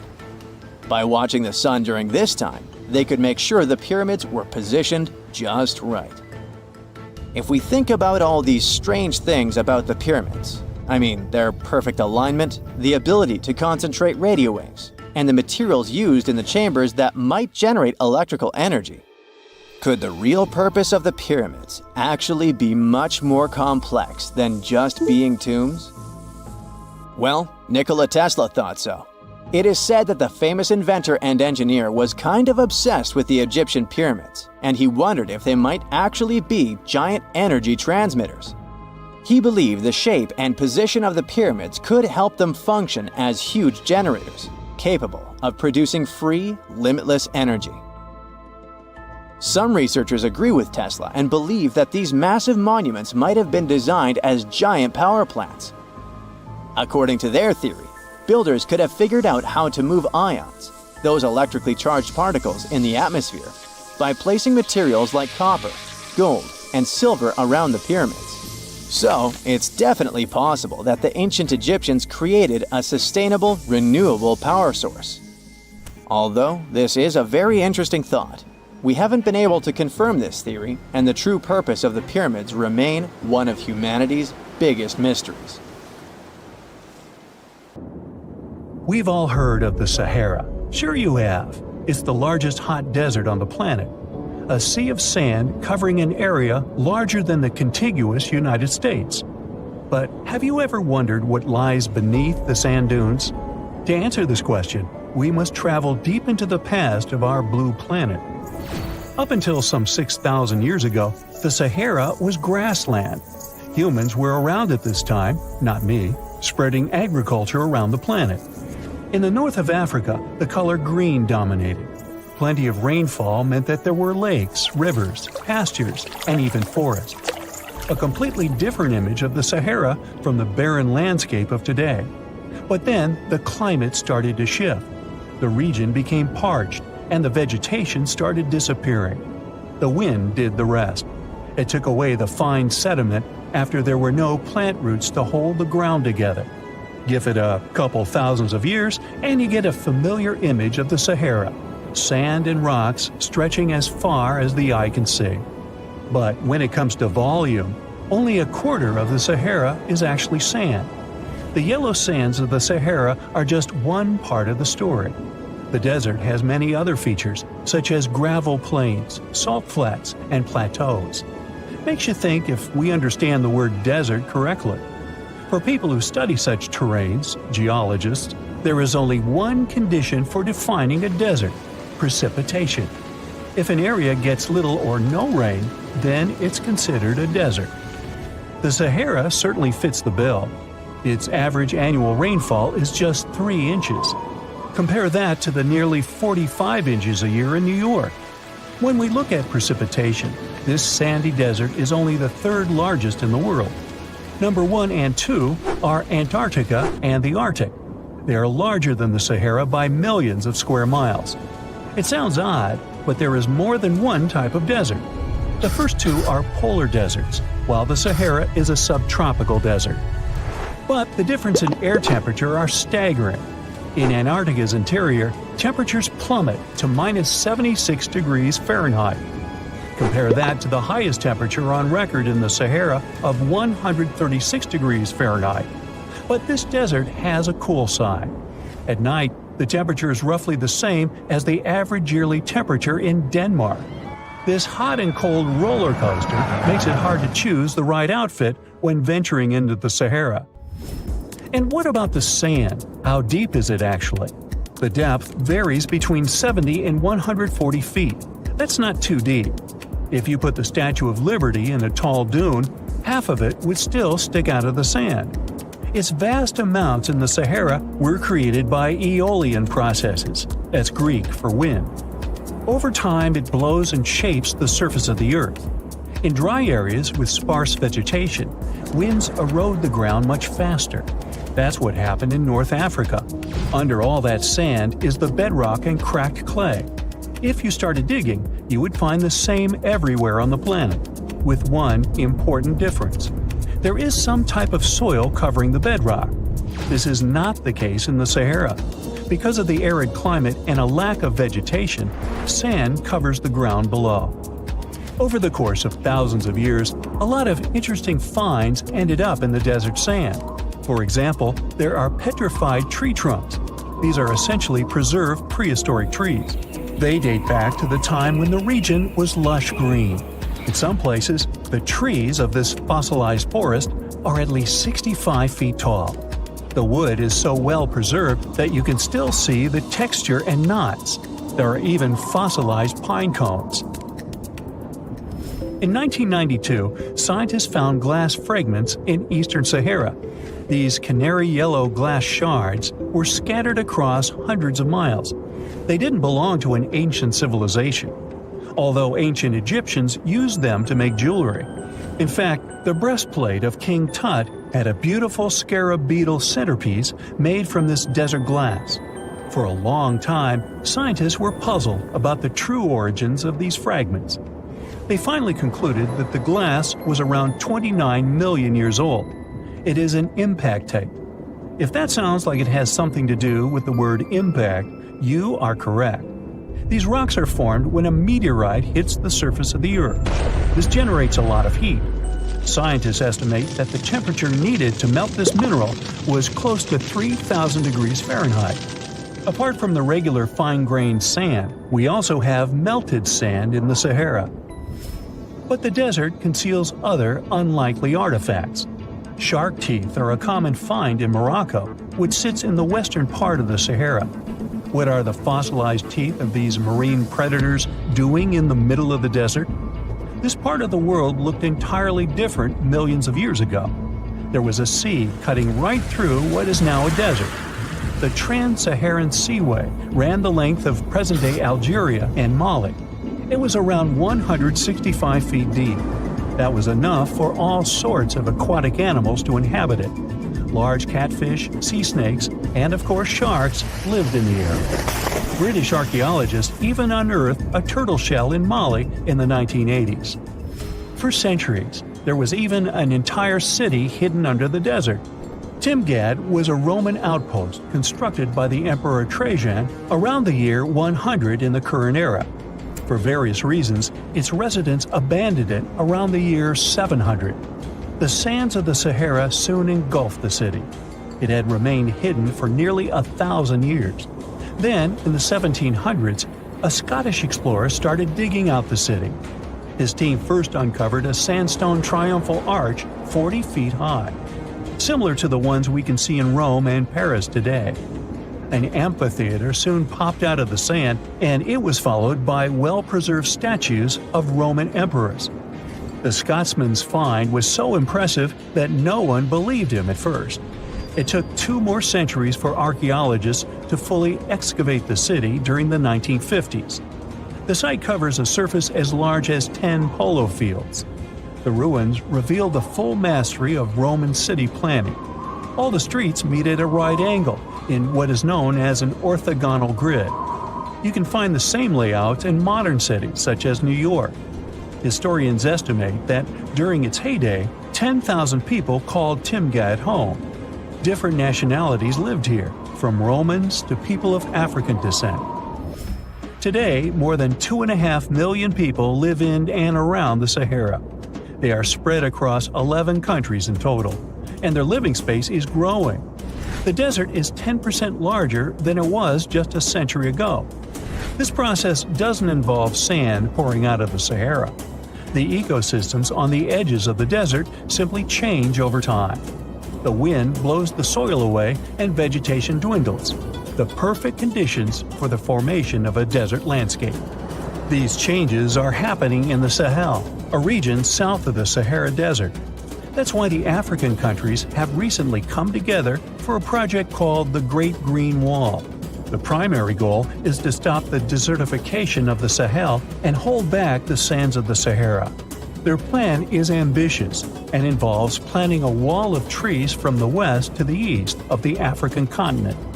The proposed forest is not only going to be long, but wide as well. The Sahara and the Sahel share a historic bond. Since antiquity, camel caravans have been making the journey from Africa's Mediterranean coast in the north to the savannas in the south. The golden age of this trade kicked off in the 9th century. The perilous journey took several months to complete. The route was 2.5 times longer than the length of the Grand Canyon.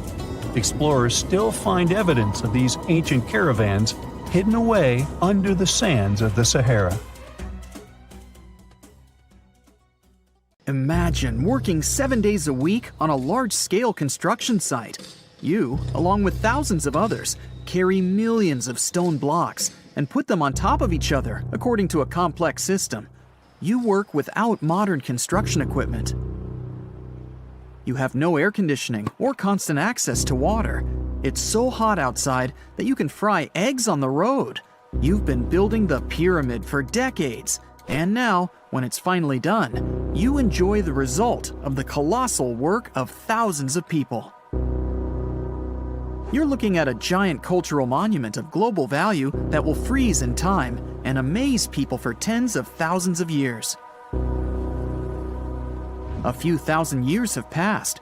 People in the 21st century see the pyramids and are like, wow, I can't believe humans have built this. Yeah, the people who built the pyramids wouldn't have appreciated such a theory. But actually, there are reasons to believe that people built it using some fantastic technology. From the outside, it seems the Great Pyramids are just big triangles of stone. People just put some heavy blocks on top of each other, and that's it. In fact, the design seems too perfect to be true. The pyramid consists of more than 2 million blocks. They lay so close to each other and are so even that you couldn't squeeze even a thin sheet of paper between them. Scientists still can't figure out the exact technology for building the Egyptian pyramids. One of the biggest and most famous is the Great Pyramid of Giza. This huge construction, well known all over the world, has one big secret. There should be a capstone on top of the pyramid. It's a triangular-shaped stone block, a small pyramid on top of a huge one. It's also called a pyramidion. The builders of ancient Egypt made it out of granite and limestone and covered it with gold. No records or old drawings prove that there was a pyramidion at the top of the Great Pyramid of Giza. But there's another ancient Egyptian structure with such a triangle, the Red Pyramid. It was built before the Great One, and its capstone has survived to this day. Archaeologists have found and reconstructed it. But where could the capstone of the Great Pyramid be? It's a mystery that still has no answer. Some are sure that some thieves have stolen it from the top. Maybe they just climbed up and pushed the pyramidion down. It makes perfect sense. The capstone was probably the most valuable element of the pyramid. Many scientists and archaeologists still don't know its exact purpose. Some believe that this peak covered with gold glorified the pharaohs. The capstone reflected moonlight at night and illuminated the entire space around it. During the day, the capstone reflected sunlight with its shiny surface. You could have noticed it from afar. The top of the pyramid was a kind of guiding star for lost travelers.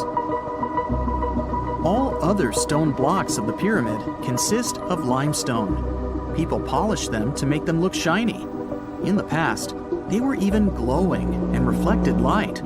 You could see glowing pyramids from space, although they looked like tiny lights. Over thousands of years, winds, sandstorms, and rains have changed the pyramid's appearance. If people had taken care of them all this time, they would have looked like something out of science fiction movies, or the pyramids from Las Vegas. But unfortunately, we will never see their original appearance. Some archaeologists and scientists believe that the capstone could absorb the sun's energy and distribute it evenly throughout the pyramid. No one knows precisely why the Egyptians needed this technology. There's a theory the pyramids are ancient energy systems. The pharaohs applied this energy to use some unique technologies that were more advanced than all the achievements of the 21st century. And the triangular shape of the pyramids was ideal for boosting this electromagnetic energy. In theory, solar radiation, or electromagnetic forces, accumulated at the top of the pyramid, filled the inner rooms, and then went down the walls to the base. Any surface distortion could prevent the flow from spreading, so they had to create a perfectly smooth surface. That's why they installed the blocks so that nobody could squeeze a needle or razor blade between them. Many people believe in this theory because they built the pyramids from limestone. This material can hold energy inside itself. In the inner part, they created granite deposits to cause air ionization, that is, to create an electric charge. They also dug channels under the pyramid for water to transmit electricity. And at the top, they put a gold capstone, the best conductor of electricity. So, this is how you get a great power generator. Different cultures used similar technologies to create electricity all over the world. But these are all theories. If it had been working, humanity would have used these technologies today. There are mentions of the metal industry, chemistry, engineering, physics, mathematics, and astronomy in some ancient records. Most scientists don't believe in all these things.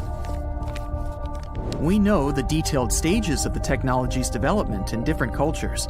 In the 21st century, scientists, historians, and anthropologists can track the evolution of all modern devices. If people had created some technological inventions in ancient times, the history of the world would have looked different. Perhaps all the achievements of antiquity could have been wiped off the face of the earth by global cataclysms, and it can happen to us. Just imagine how people would dig up a laptop in 5,000 years. Perhaps they wouldn't understand what kind of device it is. Another Egyptian wonder surrounded by mystery is the statue of the Sphinx. The Egyptians carved it out of a single massive piece of limestone about 4.5 thousand years ago. But scientists still don't know the exact date of its construction or who built it. People painted the Sphinx in different colors, so it looked much brighter and more vivid in the distant past. It was shining just like the Great Pyramids. Anyway, time hasn't only changed its appearance, but its name too. Initially, the Egyptians called it Hor-Mekhet. The Greeks renamed it the Sphinx about a few hundred years after it had been built. The Sphinx emphasized the greatness of the rulers of Egypt. It also performed a symbolic function of a watchdog guarding the tomb of the pharaoh and the paths leading to it. This version sounds realistic, since archaeologists have discovered many secret entrances at the foot of the Sphinx. Perhaps these rooms and intricate tunnels lead to underground halls with treasures. And treasures don't always mean gold and jewelry. According to legends and theories, the Sphinx guards the Hall of Records, the storage of all humankind's knowledge. The information about the ancient mythical state of Atlantis could be there. You can find many detailed maps of the internal dungeons of the Sphinx on the internet. They show structures 12 stories deep under the statue. It looks like a small city filled with gold, scrolls of knowledge, and various ancient artifacts. But don't believe all these maps. These are just theories. Several thousand years have passed, but people have very little information about it. Archaeologists know that there are still many strange and exciting things about the Sphinx that are still undiscovered. Some locals are afraid to research because they believe they can awaken something terrible from the underground depths. Therefore, it's mostly scientists from other countries who conduct the excavations. In 1998, scientists discovered strange tunnels leading to empty rooms under the Sphinx. They realized that some people tried to get there through tunnels in the past, and maybe those people took all the treasures that were there. One of the legends says that some powerful artifact lays beneath the Sphinx. Its technology can change the whole world, but the locals are hiding it because it can damage the planet.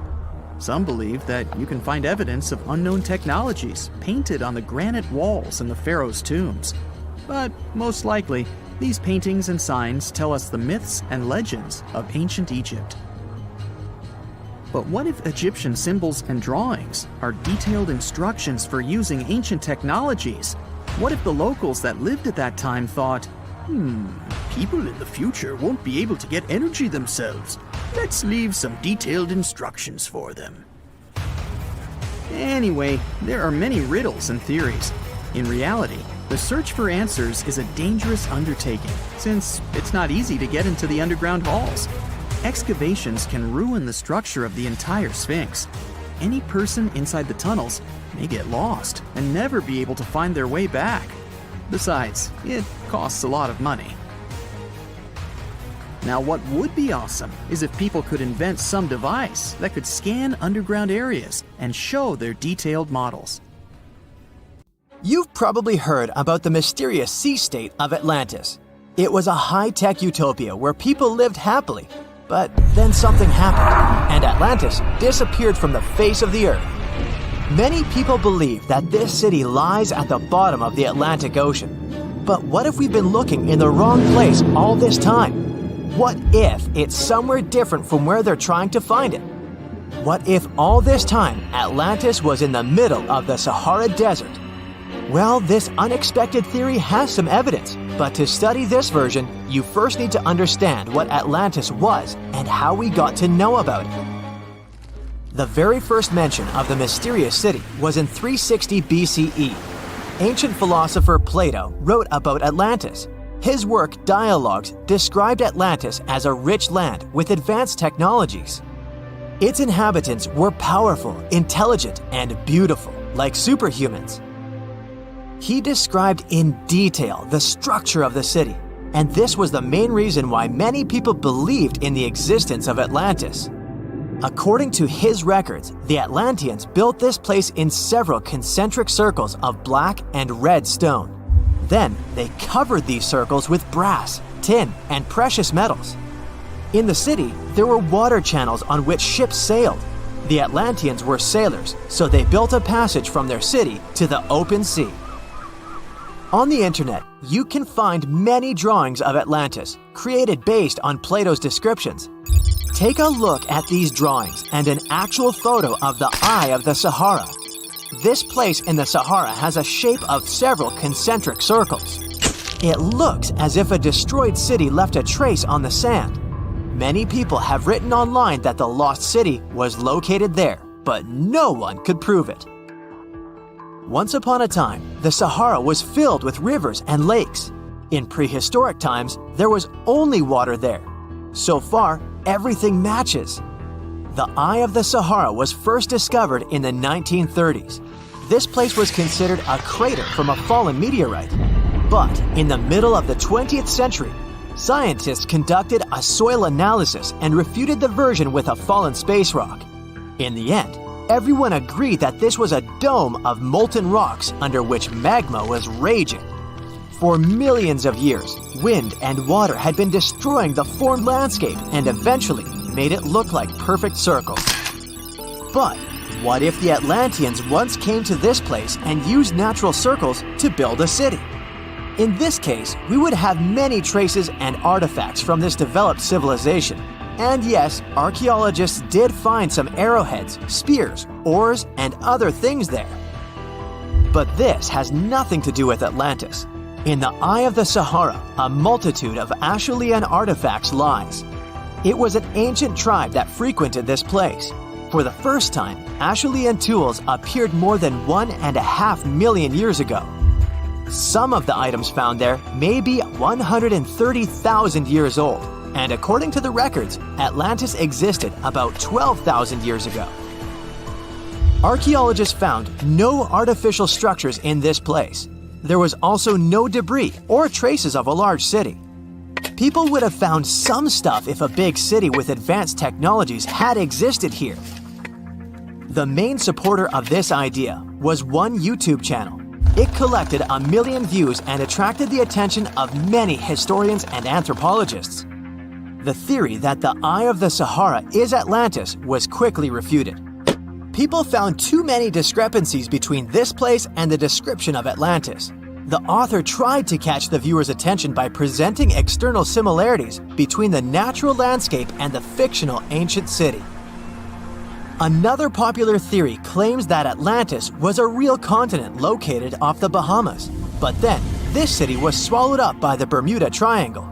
According to this legend, the city ruins still lie at the bottom of the triangle, but there's no confirmation of this theory either. Writer Charles Berlitz invented it. Adherents of this theory claim that the walls and streets in the western part of the Bahamas might be the ruins of Atlantis. But scientists disagree. They have proven that these walls are natural formations of coastal rocks. There are also rumors that the story of Atlantis was inspired by an actual historical catastrophe, the Black Sea Flood. This is the Bosporus, a strait in Turkey connecting the Black Sea and the Sea of Marmara. Around 5600 BCE, the Black Sea was twice as small as it is now and had many cities on its shores. Unfortunately, a huge flood destroyed this flourishing civilization. Within a year, cities descended underwater, and surviving inhabitants moved to foreign lands and spread stories about the flood. Maybe these stories inspired Plato to come up with Atlantis. In the 1950s, people came up with another version. Atlantis was the continent that is now Antarctica. Tens of thousands of years ago, a warm continent with a developed city shifted to the northern part of our planet because of the movement of Earth's crust. The Atlanteans couldn't adapt to the cold conditions, and Atlantis was covered with a thick layer of ice. This theory was refuted when scientists began studying the tectonic plate's nature. It turned out that Earth's crust couldn't have moved such a huge continent as Antarctica. The tectonic plates don't behave this way at all. But the main question is, was Atlantis real? No one had described it before Plato. Perhaps the philosopher came up with it. Maybe he did this to emphasize the correctness of his views on life and to identify his philosophical theories. In his works, he wrote a lot about divine and human nature and how people can destroy this nature. He spoke of decaying ideal societies because of immoral behavior and vices. The Atlanteans were once moral, spiritual people who created a utopia, but then they became greedy and mean. They destroyed their inner nature, and for this, they had to witness the destruction of their city. One night, fires and earthquakes hit Atlantis and plunged the city into the sea. The higher powers punished people for their immoral behavior, and Plato also wanted everyone to be afraid of moral decay. But judging by the descriptions of the earthquakes and fire, it may seem that Atlantis was destroyed by a volcanic eruption, as it was with the ancient Roman city of Pompeii. And such destructions have happened pretty often throughout history. Natural disasters ruined many developed cities. One of the most famous cases occurred in 1100 BCE in the Mediterranean Sea, when a volcanic eruption destroyed the highly developed Minoan society. The Minoan society existed for about 2,000 years. These people mostly lived on the islands of Crete and Santorini, located north of Crete. The Minoans had beautiful houses, a sewage system, and a developed economy. They were engaged in agriculture, grew fruits and vegetables, painted frescoes, and made jewelry. They were the first people to found the thalassocracy, an empire based on the sea. They lived off of fishing, piracy, and maritime trade. At the time, they performed cruel rituals, and their way of life was far from moral. They were used to earthquakes on the island of Santorini, so they reinforced the walls of the city with wooden beams, but they didn't know what a volcanic eruption was. And when the sulfur smell appeared in the air, they didn't suspect the impending catastrophe. When the volcano spilled out tons of lava and ash, all the residents of Santorini abandoned their homes and tried to escape, but they couldn't. The eruption and earthquake triggered a tsunami. A large wave flooded the coastal part of the island of Crete. This hit the economy of the Minoans hard and destroyed their port harbor. Then, foreigners attacked Crete and finally destroyed the developed civilization.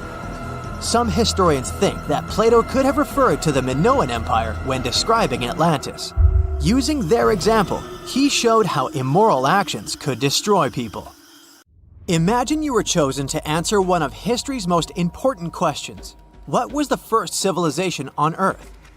The job description is simple, yet the task is extremely challenging. You need to unearth the proof of the world's first official civilization. Was it the Sumerians in Old Mesopotamia? Or was it the ancient Egyptians spread out along the Nile River? Not to make you nervous or anything, but history is quite literally in your hands. Good luck! Since you can't turn back the clock and visit Old Mesopotamia to get the answers to your questions, you'll need to research museum databases in order to get some clues. First things first, we need a definition of what is considered a civilization. It's not just thousands of people grouped together and living harmoniously. There are some key elements that together make a group of people a civilization. Like, for example, the domain of urbanism, aka city building, irrigation systems, and writing. You decide to begin your search by diving deep into the history of the Sumerians, which today hold the position of the world's first civilization.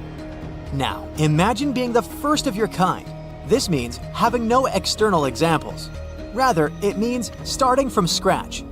First thing you'll need? A piece of land. And since there were no active water companies in the world at that time, you'll need a piece of land with easy access to water. So, the Sumerians settled between two major rivers, known as the Euphrates and the Tigris in southern Mesopotamia around 5000 BCE. Fun fact, Mesopotamia translates to the land between two rivers. On a modern-day map, it's more or less where Iraq is situated today. Together with land, a civilization needs ways to get food. The Sumer civilization had to face a dry and hot climate, but they managed to make agriculture thrive in the region. By diverting river waters and creating reservoirs and dams, the Sumerians allowed for a series of settlements to emerge across Mesopotamian plains. The famous city of Babylon was one of them. You know, the city that supposedly had those hanging gardens? I say supposedly because no definitive proof of the real existence of this monument has ever been found. However, it was considered one of the 7 wonders of the ancient world, and cited as a remarkable feat of engineering in an ancient book published around 290 BCE. Although no record was found of the Gardens of Babylon, the Sumerians were recognized as extremely skilled builders. Their cities were filled with mud brick constructions, and the most impressive ones were known as ziggurats, stepped pyramids that were built for spiritual purposes. The Sumerians built a trade network to supplement scarce resources and started to exchange goods with civilizations rising nearby, like Anatolia and Egypt. The beginning of trade was what drove the Sumerians to develop what is believed to be the world's first writing system. It began as a simple system, likely dating back to 3400 BCE. In this system, each syllable was represented with a drawing. Later, it gradually evolved into a fully formed cursive writing system. Don't believe me? Take a look at this piece from the Babylonian times. This huge basalt plaque is called the Hammurabi Code.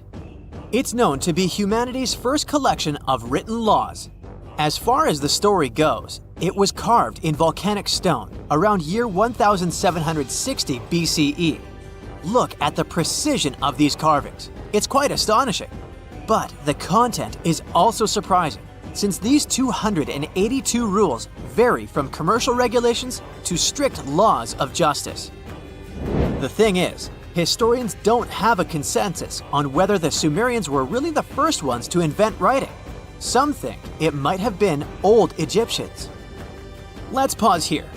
Ancient Egyptian settlements are believed to have started around the year 5500 BCE, which is earlier than the Sumer civilization. But remember I said a civilization needed a few things before it was considered as such. Ancient Egypt consisted of several smaller city-states, such as Memphis, Abydos, and Thebes, spreading out along the Nile River. It wasn't until 3000 BCE that Egypt was unified under one kingdom and lasted as an empire until nearly 1000 BCE. Although there is no consensus on this, some Egypt experts believed that it could have been Sumerian immigrants that founded early Egyptian settlements. The proof could be the presence of cylinder seals made of hard stone, something that was widely used in Sumer. These seals were used to guarantee authenticity in legal transactions, but it's hard to say whether this method was introduced by Sumerian immigrants or simply by trade. Since the time period is not one of the criteria we can use to determine who came first, we'll have to turn to something else. But what? Like the Sumerians, the Egyptians were also highly skilled builders. Duh, they built the famous Giza pyramids and many others all over their territory. In order to enhance their building techniques, they delved into developing a more profound understanding of mathematics. They developed a new form of measurement called the cubit, which was the equivalent of an arm's length. The Great Pyramid, for instance, is 440 cubits per 440 cubits. They were also innovative astronomers, combining their mathematical skills with attentive astronomical observation. They were the first civilization to use a 24-hour division of the day. And they even created a solar calendar, which was the first dating system in history to feature 365 days in 1 year. Okay, it's undeniable how impressive they were. But some experts say that the dispute has to be settled through the comparison of their writing systems. Hieroglyphic writing, the first Egyptian style of writing, is said to date back to 3000 BCE. It was a composition of over 700 symbols, which were carved in stone. For a long time, researchers believed that the Sumerian writing had come before Egyptian, but in a recent discovery made by Yale researchers claims otherwise. Archaeologists have discovered a panel of 4 signs that are believed to have been written around 3250 BCE. Oh, and they've also found another rock drawing depicting a pregnant elephant that can date back to 4000 BCE. Now, there's also a third possibility that fewer people seem to mention: the Indus Valley Civilization, also known as Ancient India, located around the area of modern-day Pakistan and India. The Indus Valley Civilization is also a contender for the oldest civilization due to the uncertain historical origins of the Hindu collection of texts known as the Upanishads. The Indus Valley Civilization flourished around 3000 BCE, but records show that people in the Indus Valley were trading with Mesopotamians as early as 3500 BCE. Now, wait a minute. How is it possible? No, they weren't time travelers. This isn't a sci-fi movie. There already were agricultural settlements in the area that were slowly growing into bigger cities, such as Harappa and Mohenjo-Daro.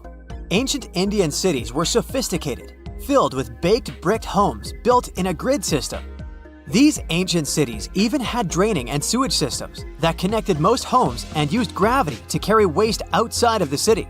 They were pretty advanced. They were also an extremely religious civilization, and Hindu beliefs were at the center of their practices. Despite that, Their cities weren't filled with spiritual buildings. Actually, Mohenjo-Daro's most important building was a public bath. Interesting, huh? Now, why can't we know if they were the oldest civilization on Earth? Even if some historians suspect that the origins of the Indus Valley people can be traced back to 5000 BCE, there is no concrete evidence of this, only speculation. The best proof we have is the Upanishads. The Upanishads are texts filled with philosophy, mantras, and ceremonies. The thing is, part of Hindu practices included memorizing and passing down the wisdom of the Upanishads in oral form. So, it took a while before it appeared as a written script. Well, I'd say historians aren't really sure what was the world's first civilization. We can only guess at this point, but who knows what new discoveries might reveal. Mirror check. You've got your beige parka on, your chisel is packed, and your overnight plane ride to Saudi Arabia is booked. You know what this means, right? Unfortunately, you weren't cast in the remake of Dune. It just means that you're ready to go explore the world's largest desert areas in the hopes of uncovering prehistoric secrets about our ancestors. Let's get one thing straight. If you ever thought that deserts were empty spaces, think again. They might be filled with sand as far as the eye can see, but they also hold a lot of history, you know, because before humans settled down in cities and towns, we were nomadic people, and we traveled all around the globe looking for food, water, and shelter. So we had to come up with some interesting stuff to survive. Like this thing that was found in the desert of Saudi Arabia.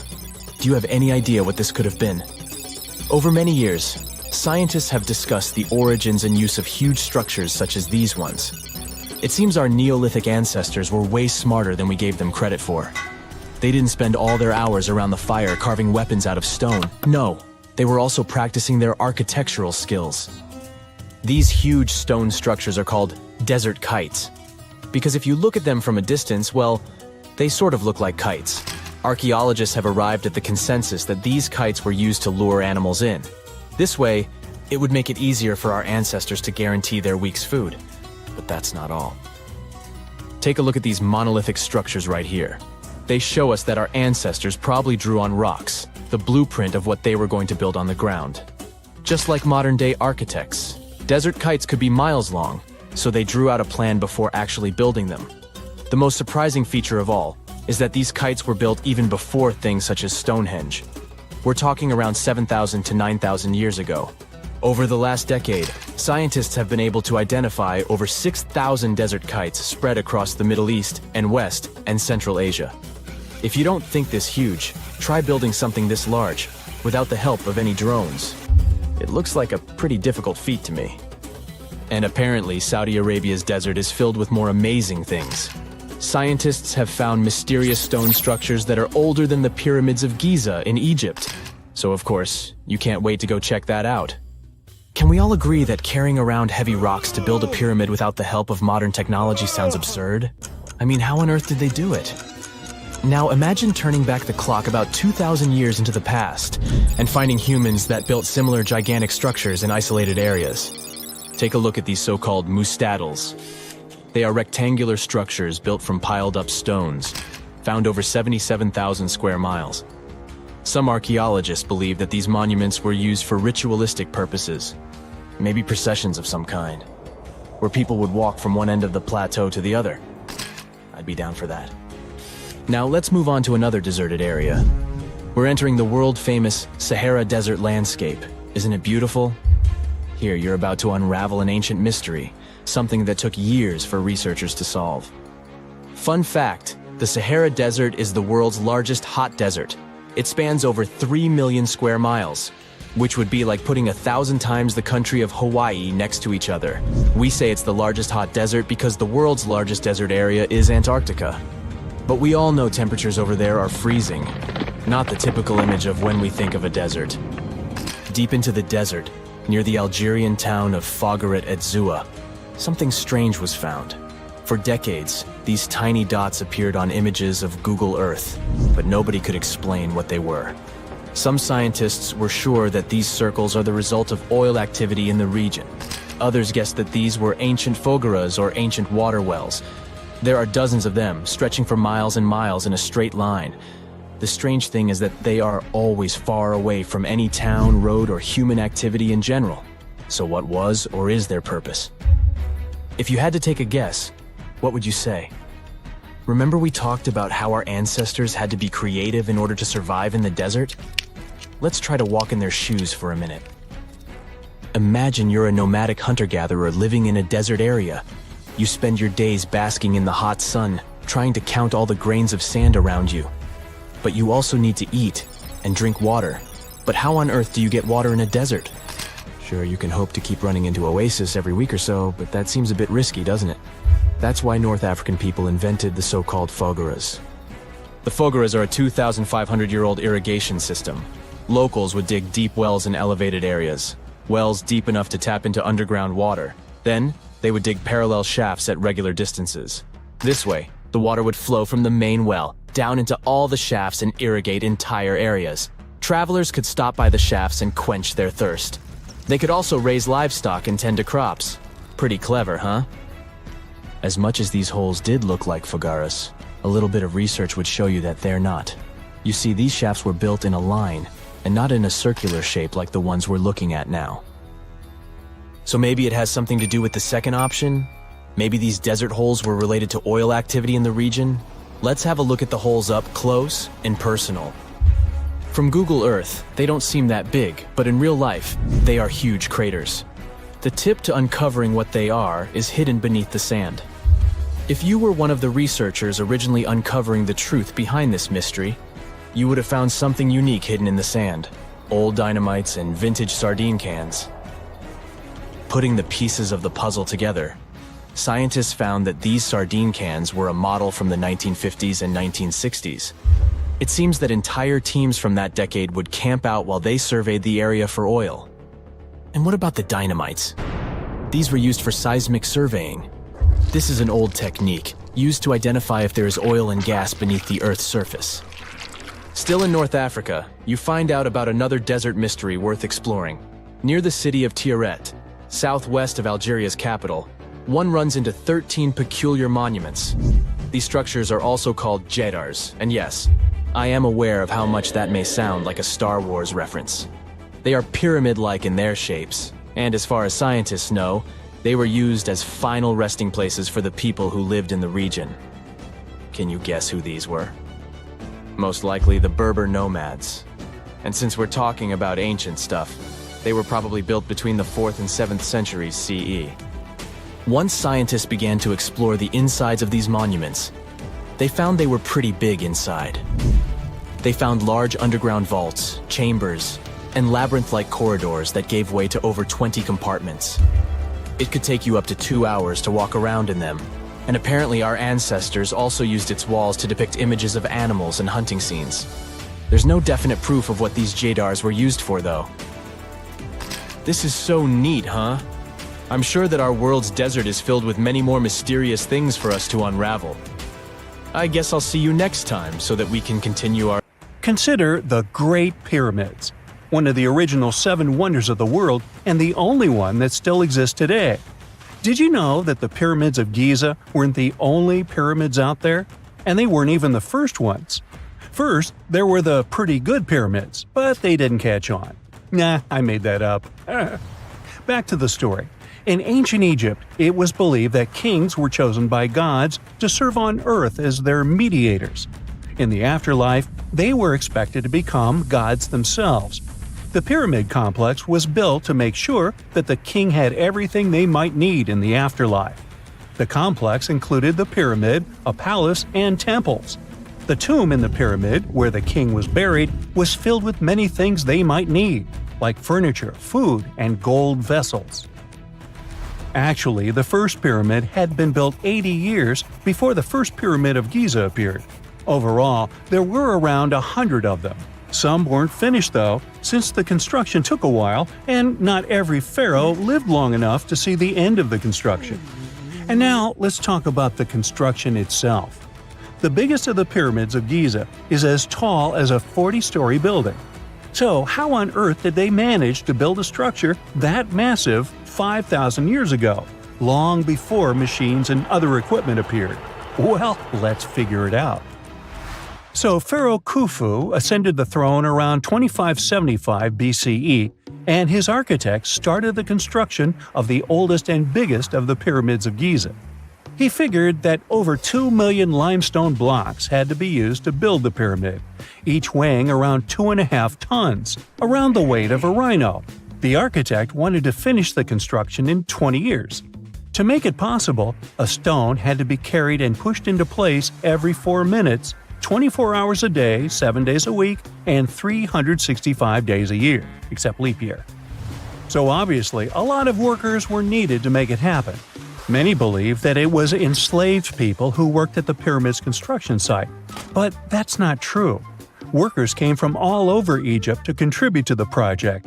All in all, around 25,000 of them. The Egyptians were doing all kinds of work, starting with manual labor and crafting tools to administrative work. They all worked around 10 hours a day. They were housed and well fed, and they were overall living a more comfortable life than an average Egyptian could afford at that time. Supposedly, the builders lived in a nearby temporary city and were a highly organized community with a strong leader. The pyramids seemed to be designed to align with the points on a compass, and their sides symbolized the rays of the sun. But back at that time, there were no compasses. Ancient Egyptians figured out the directions themselves and with amazing precision. To align the pyramids, they used 2 constellations. The construction site was arranged on the west bank of the Nile River. This also had a symbolic meaning. Just like the sun sets in the west, life sets in the west as well. The second pyramid of Giza was for Khufu's son, Pharaoh Khafre. It's a bit smaller, but this one has the famous noseless statue of the Sphinx. Of course, originally it had a nose. I would tell you what happened to it, but it's still a mystery, and no one knows for sure. Sphinxes have the body of a lion and the head of a human. They were considered guardians of important areas. This famous Sphinx, also pronounced Sphinx, has the head of Pharaoh Khafre and is guarding his pyramid, facing the sunrise. The Sphinx is one of the biggest and oldest statues in the world. Originally, it not only had a nose, but was also painted. Scientists have discovered traces of the red color of its face. So, most likely, the Sphinx was painted red. There are also remains of yellow and blue color on its body. The statue definitely wasn't boring. Till around 1800, the Sphinx was buried up to its shoulders until an adventurer with a team of 160 men dug it out. But let's get back to the construction. The workers, of course, needed stone blocks. There were 2 main places where people could get these stones. One source was close to the construction site, but that fossil-lined yellow stone was only suitable for the pyramid's interior. The limestone blocks for the exterior were hauled from 8 miles away on 30-foot-long sleds. Apparently, it wasn't too hard to pull them. The sand mixed with the right amount of water was pretty slick, and 10 people could move a sled even with a rock weighing so much.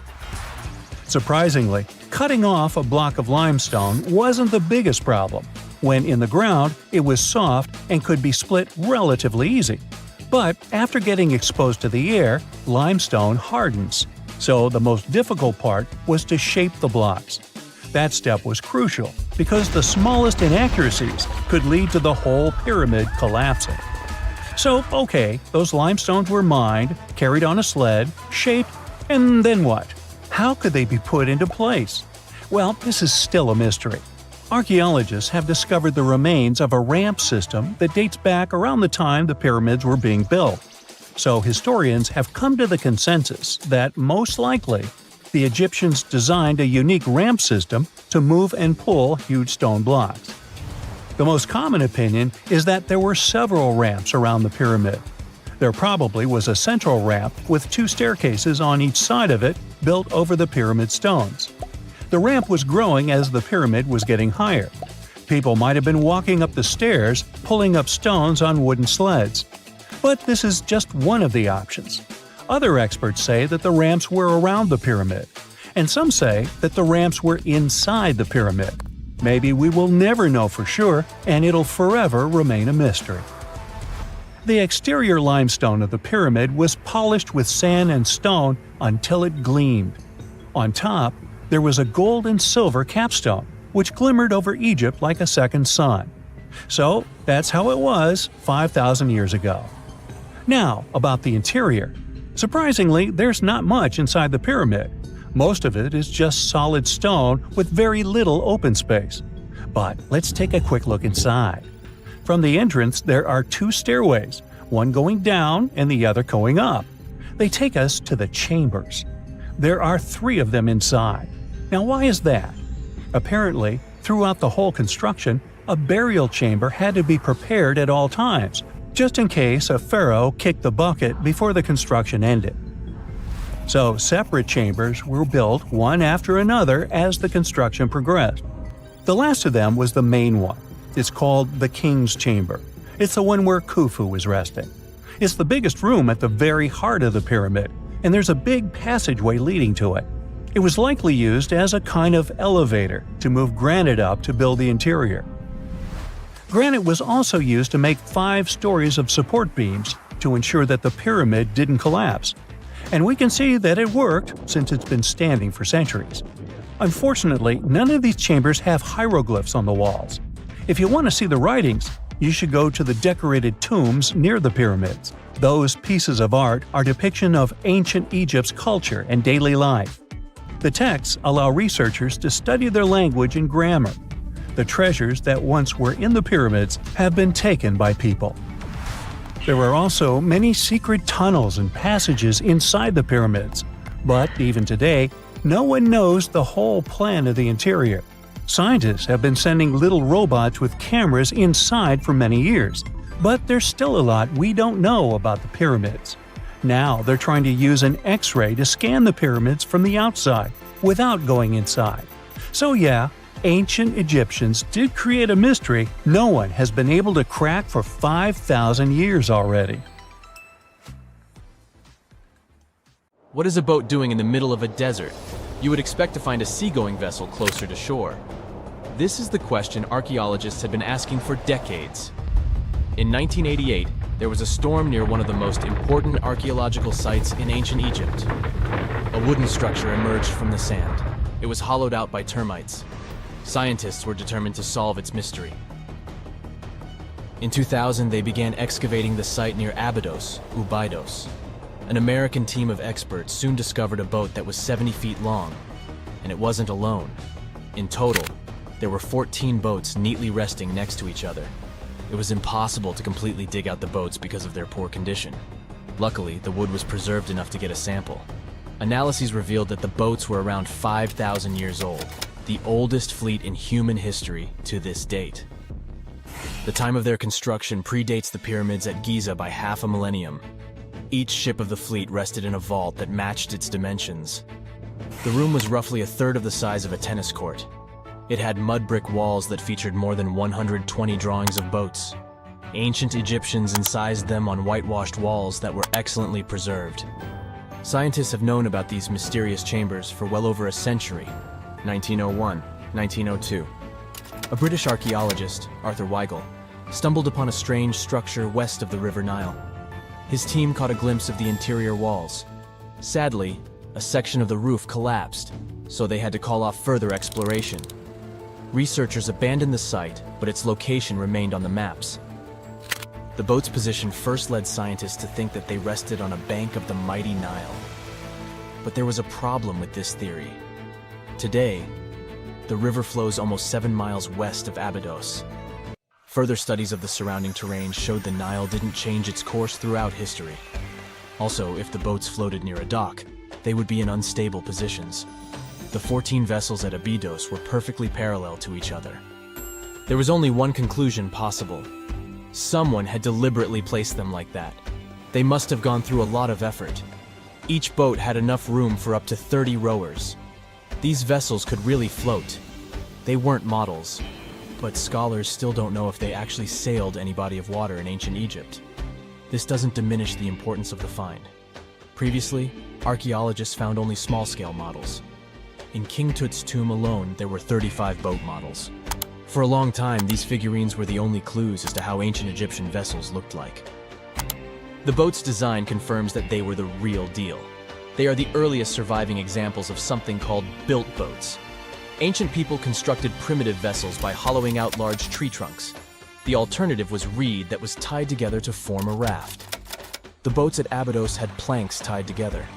This was a major breakthrough in shipbuilding. During their lifetime, the boats must have seemed impressive. Timber was a valuable commodity at the time. There was no wood in the desert. Cedar had to be imported from Lebanon. The only person who could afford such luxury was the pharaoh. Studying the area around the ancient fleet provided more answers. Scientists discovered a mud brick structure where Egyptians worshipped the pharaoh. Its approximate date of construction matches that of the wooden boats. The same bricks out of which this building was made were used to encase the fleet. At the time of their construction, the rooms they were stored in had a ceiling. That's the section that archaeologists stumbled upon in the early 20th century. Just like mummies and coffins, these marvelous ships rested inside splendid vaults. The exterior of these rooms was also impressive. The outer walls originally had a plaster of white limestone. It reflected sunlight.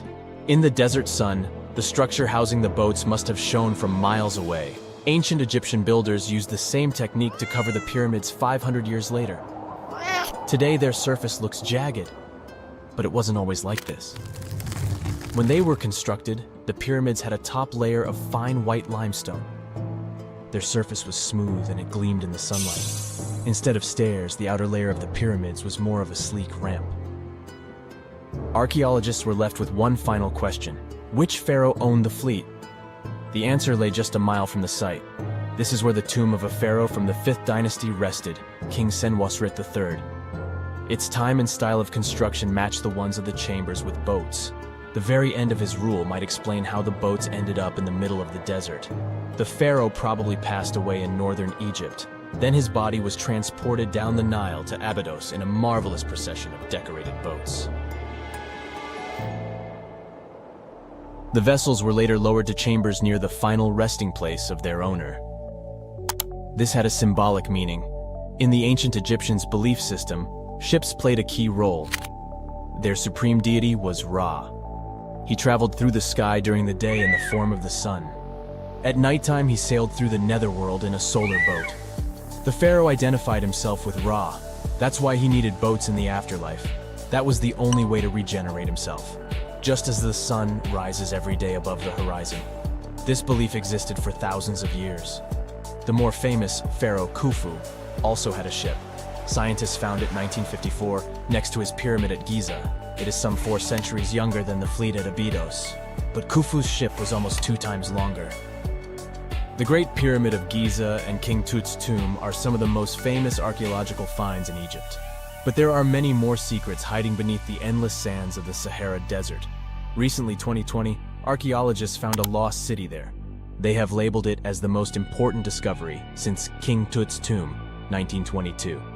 The city of Aten is some 3,000 years old. Historians hope it will give them a unique insight into the everyday life of ancient Egyptians. The famous archaeologist and Egyptologist Zahi Hawass proclaimed the site a lost golden city. Aten sits some 300 miles south of Egypt's capital, Cairo. It is close to the famous Valley of the Kings. Archaeologists first found sections of mud brick walls that spread out in all directions. They discovered complete rooms with tools of everyday life inside. The research team unearthed a bakery, a residential neighborhood, and an administrative district. They all date back to the time when the Egyptian civilization was the wealthiest in its long history. They were also the first to make objects from iron. In 1911, scientists found a set of iron beads near a village in Lower Egypt, El Girza. These are the earliest known iron artifacts. The discovery is literally out of this world. Ancient people made them by beating into shape a piece of a meteorite. The 9 beads were once part of an ornate necklace. They are now blackened and corroded, which is perfectly normal for a piece of jewelry that is over 5,000 years old. They consist of an iron-nickel alloy. Researchers were impressed by the skill of ancient jewelers who processed the beads.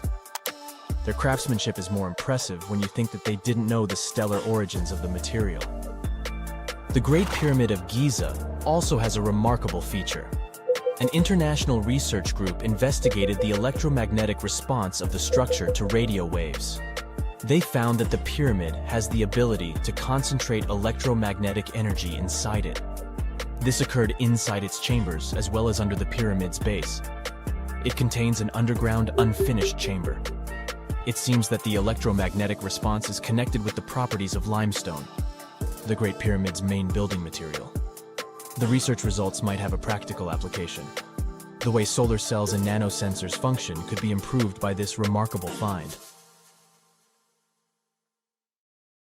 Imagine you were chosen to answer one of history's most important questions. What was the first civilization on Earth?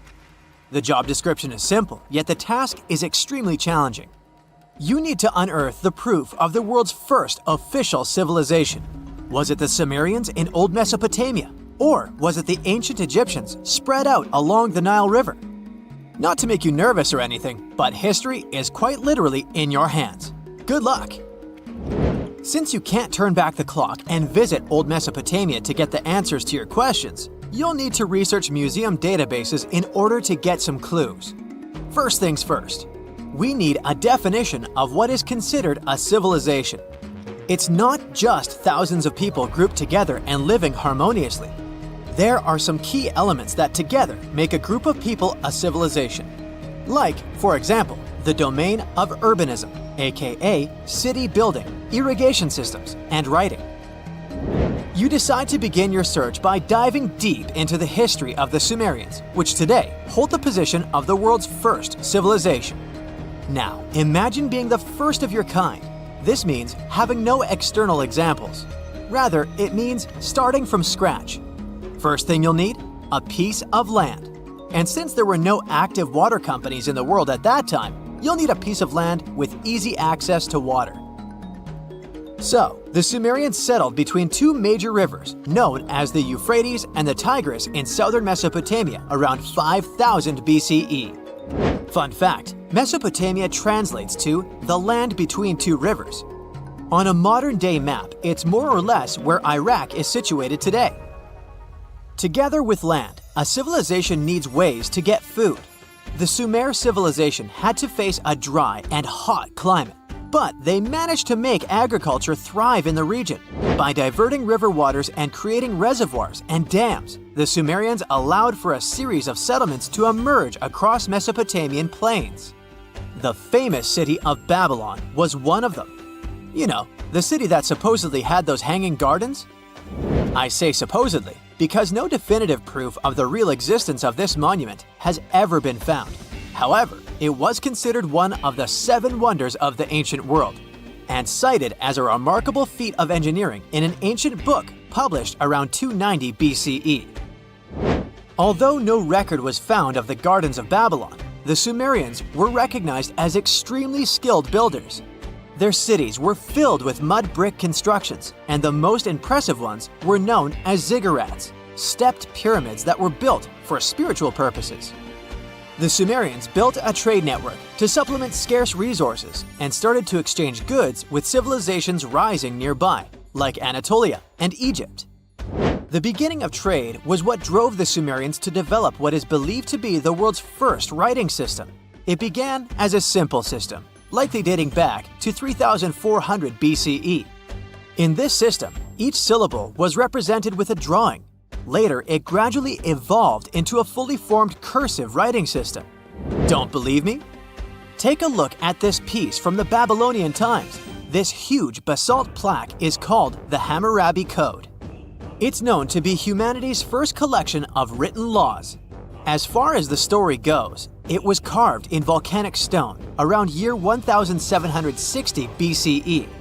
Look at the precision of these carvings. It's quite astonishing. But the content is also surprising, since these 282 rules vary from commercial regulations to strict laws of justice. The thing is, historians don't have a consensus on whether the Sumerians were really the first ones to invent writing. Some think it might have been old Egyptians. Let's pause here. Ancient Egyptian settlements are believed to have started around the year 5500 BCE, which is earlier than the Sumer civilization. But remember I said a civilization needed a few things before it was considered as such. Ancient Egypt consisted of several smaller city-states, such as Memphis, Abydos, and Thebes, spreading out along the Nile River. It wasn't until 3000 BCE that Egypt was unified under one kingdom and lasted as an empire until nearly 1000 BCE. Although there is no consensus on this, some Egypt experts believed that it could have been Sumerian immigrants that founded early Egyptian settlements. The proof could be the presence of cylinder seals made of hard stone, something that was widely used in Sumer. These seals were used to guarantee authenticity in legal transactions, but it's hard to say whether this method was introduced by Sumerian immigrants or simply by trade. Since the time period is not one of the criteria we can use to determine who came first, we'll have to turn to something else. But what? Like the Sumerians, the Egyptians were also highly skilled builders. Duh, they built the famous Giza pyramids and many others all over their territory. In order to enhance their building techniques, they delved into developing a more profound understanding of mathematics. They developed a new form of measurement called the cubit, which was the equivalent of an arm's length. The Great Pyramid, for instance, is 440 cubits per 440 cubits. They were also innovative astronomers, combining their mathematical skills with attentive astronomical observation. They were the first civilization to use a 24-hour division of the day. And they even created a solar calendar, which was the first dating system in history to feature 365 days in 1 year. Okay, it's undeniable how impressive they were. But some experts say that the dispute has to be settled through the comparison of their writing systems. Hieroglyphic writing, the first Egyptian style of writing, is said to date back to 3000 BCE. It was a composition of over 700 symbols, which were carved in stone. For a long time, researchers believed that the Sumerian writing had come before Egyptian, but in a recent discovery made by Yale researchers claims otherwise. Archaeologists have discovered a panel of 4 signs that are believed to have been written around 3250 BCE. Oh, and they've also found another rock drawing depicting a pregnant elephant that can date back to 4000 BCE. Now, there's also a third possibility that fewer people seem to mention: the Indus Valley Civilization, also known as Ancient India, located around the area of modern-day Pakistan and India. The Indus Valley Civilization is also a contender for the oldest civilization due to the uncertain historical origins of the Hindu collection of texts known as the Upanishads. The Indus Valley Civilization flourished around 3000 BCE, but records show that people in the Indus Valley were trading with Mesopotamians as early as 3500 BCE. Now, wait a minute. How is it possible? No, they weren't time travelers. This isn't a sci-fi movie. There already were agricultural settlements in the area that were slowly growing into bigger cities, such as Harappa and Mohenjo-Daro. Ancient Indian cities were sophisticated, filled with baked brick homes built in a grid system. These ancient cities even had draining and sewage systems that connected most homes and used gravity to carry waste outside of the city. They were pretty advanced. They were also an extremely religious civilization, and Hindu beliefs were at the center of their practices. Despite that, their cities weren't filled with spiritual buildings. Actually, Mohenjo-Daro's most important building was a public bath. Interesting, huh? Now, why can't we know if they were the oldest civilization on Earth? Even if some historians suspect that the origins of the Indus Valley people can be traced back to 5000 BCE, there is no concrete evidence of this, only speculation. The best proof we have is the Upanishads. The Upanishads are texts filled with philosophy, mantras, and ceremonies. The thing is, part of Hindu practices included memorizing and passing down the wisdom of the Upanishads in oral form. So it took a while before it appeared as a written script. Well, I'd say historians aren't really sure what was the world's first civilization. We can only guess at this point, but who knows what new discoveries might reveal. Now, have you ever seen cricket balls that are 3 billion years old? Klerksdorp spheres were found in deposits of the mineral pyrophyllite in South Africa and rocked the science world. They do look like tiny ancient cricket balls with seams-like lines around the middle. Back in the 1980s, Some folks claim these spheres had been made by an advanced pre-flood civilization we know nothing about. One museum curator shared stories about how they rotated on their own in a display case. There was also a TV show that invited a psychic who declared the spheres were pieces of an ancient spaceship. But according to geologists, these spheres are actually pretty common concretions or spherical objects formed by different minerals than the surrounding rock. The seam-like lines are just imprints from the host rock's layers building up over time. The Klerksdorp spheres come in different shapes, from noticeably flattened spheres to distinct disks. As for that episode when one of these spheres spun on its own, the curator of the Klerksdorp Museum cleared that up too. He said that when he put one sphere on its glass shelf when a journalist came to visit, the sphere naturally rotated a bit because it's round. The area where the museum is located often experiences earth tremors from gold mining activities nearby. The oldest known human-like footprints could be 6 million years old. They were found on the Greek island of Crete in 2002. If the number is correct, it would mean that early human ancestors may have migrated between Europe and Africa much earlier than we previously thought. This doesn't mean Africa is not the cradle of humankind, though. It could just prove that early human ancestors moved back and forth between continents. Some researchers believe the footprints were left by a bipedal creature possibly related to an early human ancestor nicknamed El Greco. According to scientists who studied them, the footprints have a very human-like shape, with 5 toes and a parallel big toe. Some scientists are skeptical about it and suggest the prints might be from a late European ape. The new study analyzed fossilized marine microorganisms found in the sedimentary rocks to determine the footprint's age and prove it's actually 6 million years. The next amazing find that keeps scientists entertained is the Dorchester pot. It's a beautifully crafted metal vessel with some fancy geometric designs embossed in shiny silver. The pot was discovered in, who could have thought, Dorchester in 1852 under quite unusual circumstances. During a powerful blast, the pot broke into 2 pieces. Scientists believe it was originally embedded within a rock or boulder known as pudding stone. The rock from which the Dorchester pot emerged is dated to be around 500 million years old, so it could mean the pot itself is also that old.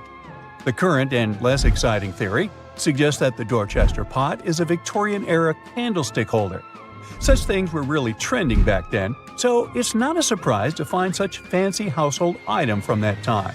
The Dorchester pot falls into the category of ooparts, or out-of-place artifacts. Those are objects that seem too advanced for the time period they're supposedly from. If we accept that the pot is 500 million years old, then whoever made it was way ahead of their times in terms of crafts and tech. One extra mystery is that the pot has an engraving of a plant that most likely disappeared from Earth over 100,000 years ago. Sounds like good proof the pot is really extra old. Now, it looks like the oldest map in Europe is a stone from 4,000 years ago. This Bronze Age slab was found in France in the year 1900 at an ancient burial ground. The carvings on the slab show in 3 dimensions the River Odey network with a fantastic accuracy of around 80% over an 18-mile stretch. There are other stone-carved maps around the world, but this one is unique because it shows a specific area to scale. Looks like the slab's carvings don't just map rivers and hills, but also settlements, barrow sites, and field systems. Archaeologists say the slab wasn't used for navigation, but rather to symbolize power. The detailed markings on the slab might have served to illustrate the domain of a local ruler, possibly a prince or king, to show their control over the territory. When the ruler lost power, the slab was likely repurposed as part of a burial vault. The unique artifact was stored in the cellar of a museum. For decades, no one even noticed until several scholars read older reports about the slab and decided to check it out. They conducted a detailed analysis using 3D techniques.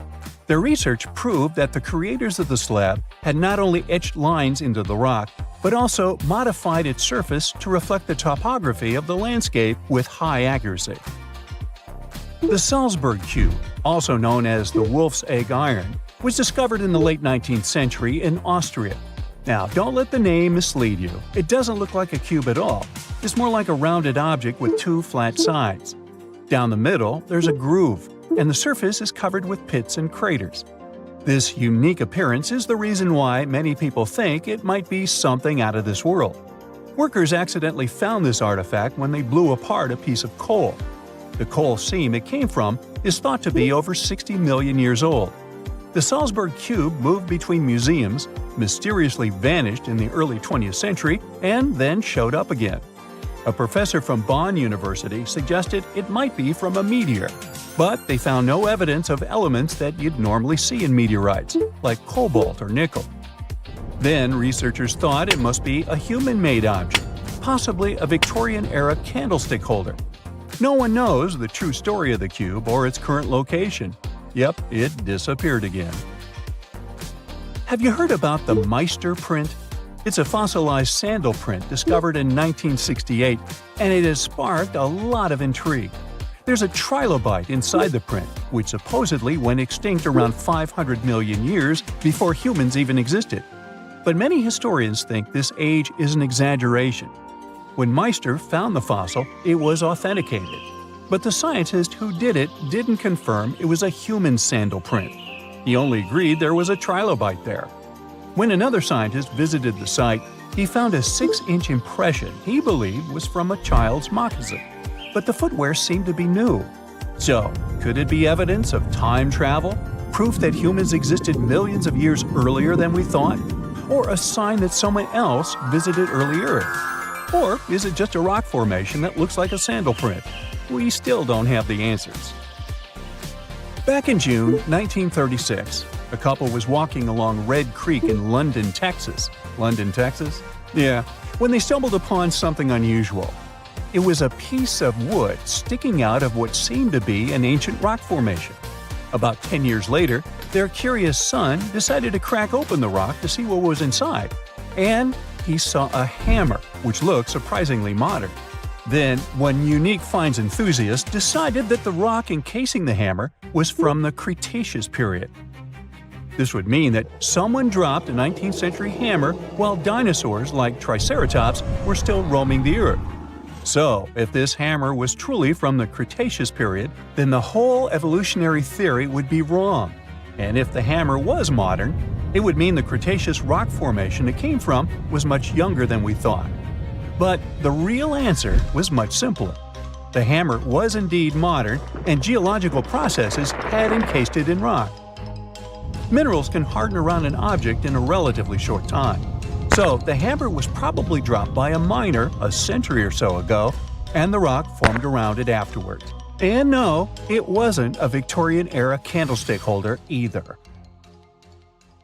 Archaeologists have been studying Petra in Jordan for 200 years, and in 2024, they found something they had never seen before. It's a tomb with at least 12 complete human skeletons and artifacts that are over 2,000 years old right in front of the treasury. Bronze, iron, and ceramic items were placed with the deceased, which shows how people honored their loved ones when they passed away.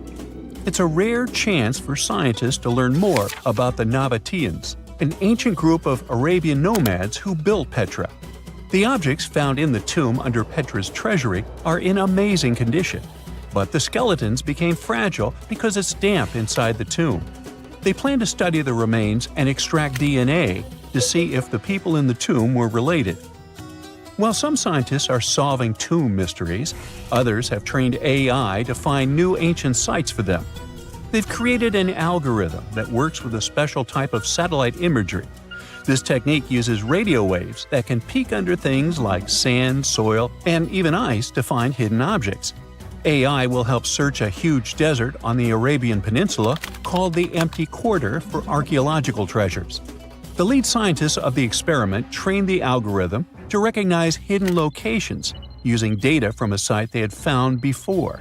The new tech can discover buried structures within 20 inches, which is very precise. Another groundbreaking tech, LiDAR, which means light detection and ranging, helped archaeologists reveal new hidden cities all around the world. LiDAR can see big structures beneath layers of vegetation and map even subtle changes in ancient landscapes. They use it to scan large areas from a small plane flying over places that aren't so easy to study from the ground, like dense jungle. In 2024 alone, they found new Maya settlements in southern Mexico, gardens, roads, and rivers in Ecuador's Amazon rainforest, ancient ruins on the Pacific island of Tonga, and the remains of 2 medieval cities along the Silk Road route in Uzbekistan.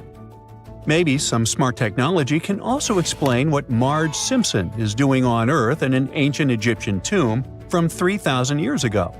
The drawing, featuring a woman with yellow-colored skin, a blue crown, and a green outfit, is alarmingly like the famous cartoon character. If you don't see a resemblance here, I hope you'll at least enjoy an amazingly well-preserved necklace with amethyst and agate beads. It's from another recent find from Egypt, an ancient tomb with 11 sealed burials near Luxor. Archaeologists also found 2 copper mirrors, one with a lotus-shaped handle and the second with a unique design of the deity of the sky, women, fertility, and love in ancient Egypt. The hair of the figurine was originally made from almost 4,000 mud beads. Another awesome find from 2024 is an ancient Greek shrine with intact burials, a sarcophagus, and plenty of gold inside. They think it was built before the year 300 before the Common Era, and the marble lions, also found inside, were made from the same marble as the Parthenon in Athens. Greece is so full of ancient treasures that the city of Thessaloniki will house around 300,000 of those artifacts in their new subway system. Meanwhile, archaeologists in France have found a monument unlike any other, and they can't figure out what it was used for. It's direct proof that people used to live here between the Neolithic and the early Iron Age periods. The coolest part is a monument made of 3 unique shapes that fit together like puzzle pieces. Some gravel found in the monument could mean there used to be a wooden fence called a palisade. People who built it probably used it for protection or decoration. The team studied the layers of soil around the monument to learn more about its origins. The only tools found so far were sharp flint stones, not the cartoon characters, which were used during the Neolithic period. The next step will be radiocarbon dating to figure out exactly how old the site is. Now, the oldest saddle ever found so far was found in the grave of a woman near the edge of the Taklamakan Desert in northwest China. This saddle is the oldest ever discovered. It was crafted from pieces of leather that were sewn together and stuffed with straw and animal hair to make it soft. Now, normally, things made from natural materials like this don't last very long because they rot or fall apart. But the Taklamakan Desert is so dry that it helped preserve the artifact. The herdswoman who used the saddle was buried in her full riding attire, so this proves that not only men used saddles and took part in herding and traveling. Now let's shift to Guatemala, where an ornate jade mask made by the ancient Maya people was waiting for centuries to be discovered. Scientists use radiocarbon dating to figure out the age of the mask. They believe the mask may represent a Maya storm deity, a powerful figure in their mythology. These kinds of masks were often made to honor Maya royalty, and they were placed in the tombs of kings and queens when they were buried. The king's tomb was also decorated with carvings made using tools crafted from volcanic obsidian. After 15 years of searching, scientists may have finally figured out where the altar stone of Stonehenge comes from. They compared the tiny minerals inside the altar stone with rocks from many places in Wales and England and ruled out lots of spots. Then they found the perfect match with a place in Scotland, more than 466 miles away from Stonehenge. This area might even be Orkney, a group of islands in the far northeast of Scotland where a lot was going on during the Neolithic period. The big question now is how ancient people moved such a massive stone so far. The altar stone is over 16 feet long and weighs more than 6 tons.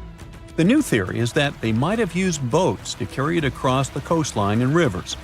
Once it was close to Stonehenge, they theoretically dragged it across the land using wooden sleds, ropes, and a lot of teamwork. Meanwhile, in the north of France, an ancient home popped to the surface during the construction of a new house. It turned out to be a luxury urban house for the elite from the 2nd century of the Common Era. The inside of the house was destroyed by a fire, but under the destroyed layer, there are beautiful real-size fresco paintings. Turkish archaeologists unearthed the arm and foot bones of elephants that lived around 9 million years ago. They also found fossils of early horses, giraffes, and even saber-toothed cats. They've already identified 43 distinct types of animals from this site and collected more than 4,000 fossils. One more cool find from Turkey is a 64,000-year-old workshop inside Enkaja Cave. It looks like people used it for 24,000 years non-stop.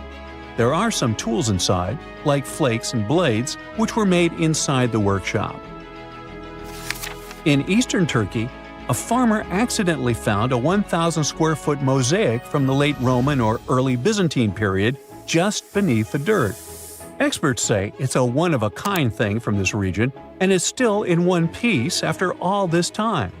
The pattern shows dozens of trees, plants, and animals that were found in ancient Turkey.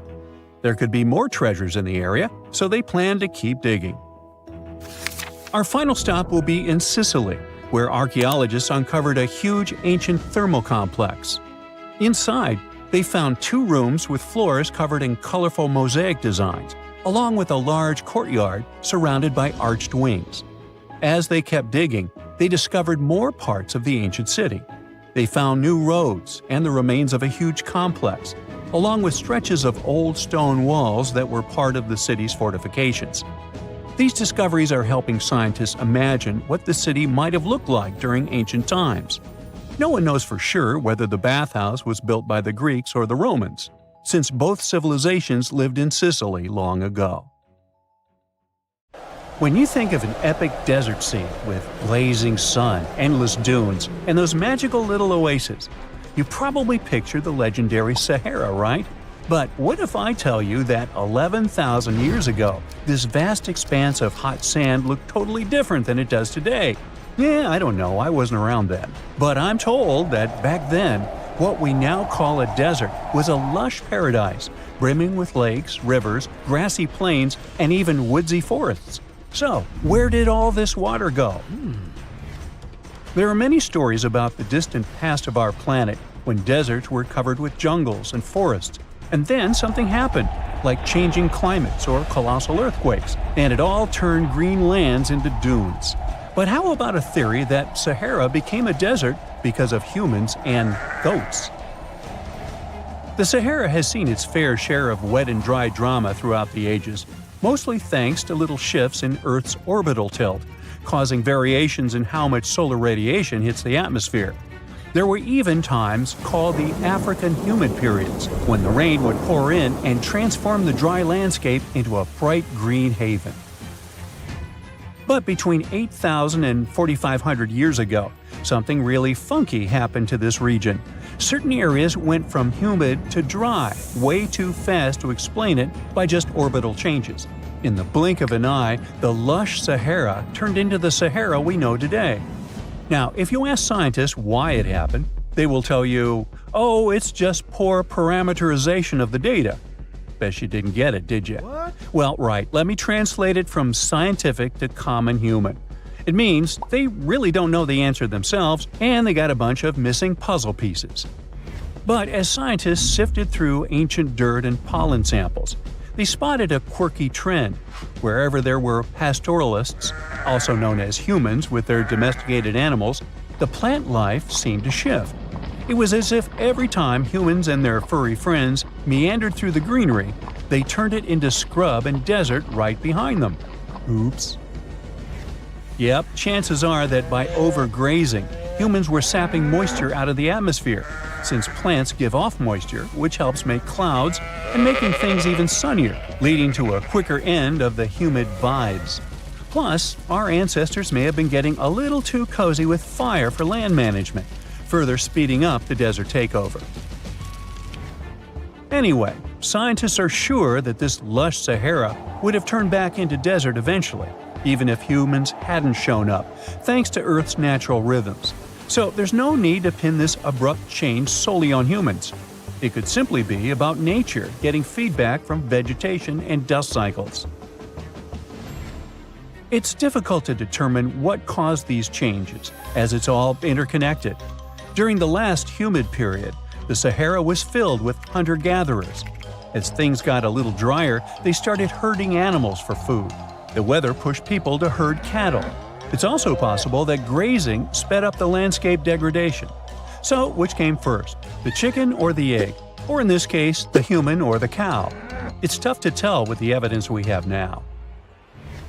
Now today, it's safe to say that water is no longer that big of a problem in the Sahara, even though it's a huge desert and the times of lush forests there are long gone. But technology's got us covered. For example, the Nubian Sandstone Aquifer System, the biggest underground water stash on the planet. It's nestled beneath the Sahara Desert's eastern edge and stretches across 4 northeastern African countries – Sudan, Chad, Libya, and Egypt, covering a whopping 770,000 square miles and holding around 36,000 square miles of groundwater. Just look at the pipes transported when it was being built.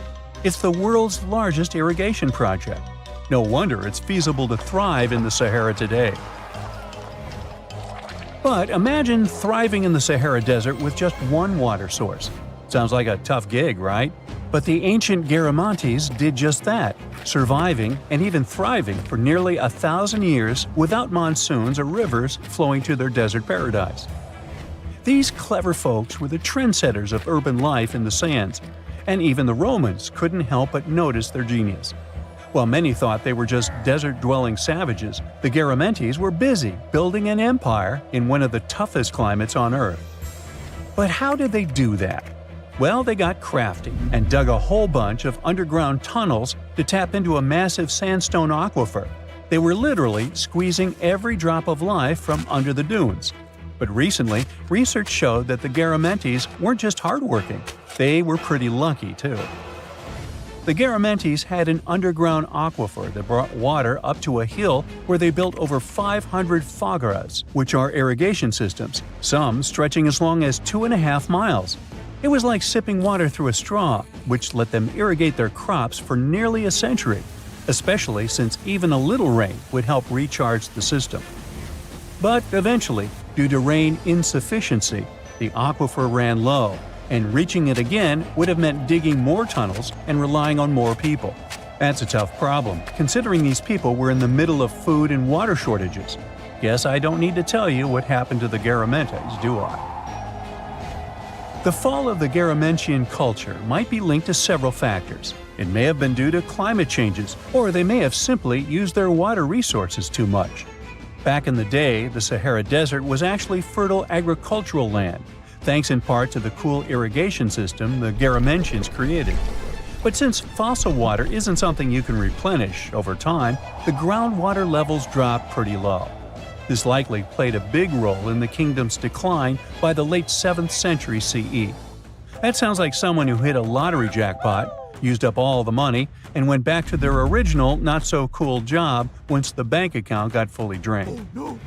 Oh, by the way, even if the Garamantes left some secret wisdom messages for us, the chances are we'll never get what they wanted to tell us. Nobody really knows what language they used, and their texts are nearly indecipherable to us today. But let's go back to the Green Sahara. So it transformed into a desert about 4,500 years ago. But today, we can understand how people lived in those times in the Sahara thanks to natural parks in Africa that have the ultimate outdoor art gallery. There are well over 15,000 ancient paintings and carvings depicting everyday life from around 11,000 years ago. However, if the carvings aren't enough for you and you feel like visiting an actual green desert, all you have to do is book a flight to California. One of the most beautiful phenomenon in the world, the superbloom, takes place here. Look at all these colors – orange, green, pink. It's a miracle. Wildflowers bloom right in the middle of a hot desert after several years of rainfall in dry places. It's such a bright and colorful landscape that superblooms can be seen from space. This rare phenomenon can be observed in other arid places and deserts in western and southern Africa, Western Australia, and Chile. In all these places, the weather is very hot and dry in summer. Mild humid air comes in winter, and this is the ideal environment for mass flowering. Flower seeds that lie in desert sands can wait for decades before starting to produce flowers. When the hot sun destroys all the weeds and grass, and the rainfall becomes enough to moisten the soil, the seeds are kind of like, well, okay, now it's our turn to play a big game. And then hundreds of thousands of tourists come to take photos and post these beautiful pictures on social media. And this, unfortunately, is one of the main dangers for flowers. Therefore, if you find yourself in a place like this, don't pick the flowers and don't trample on them. Stay on the path, don't litter. Take only pictures and leave only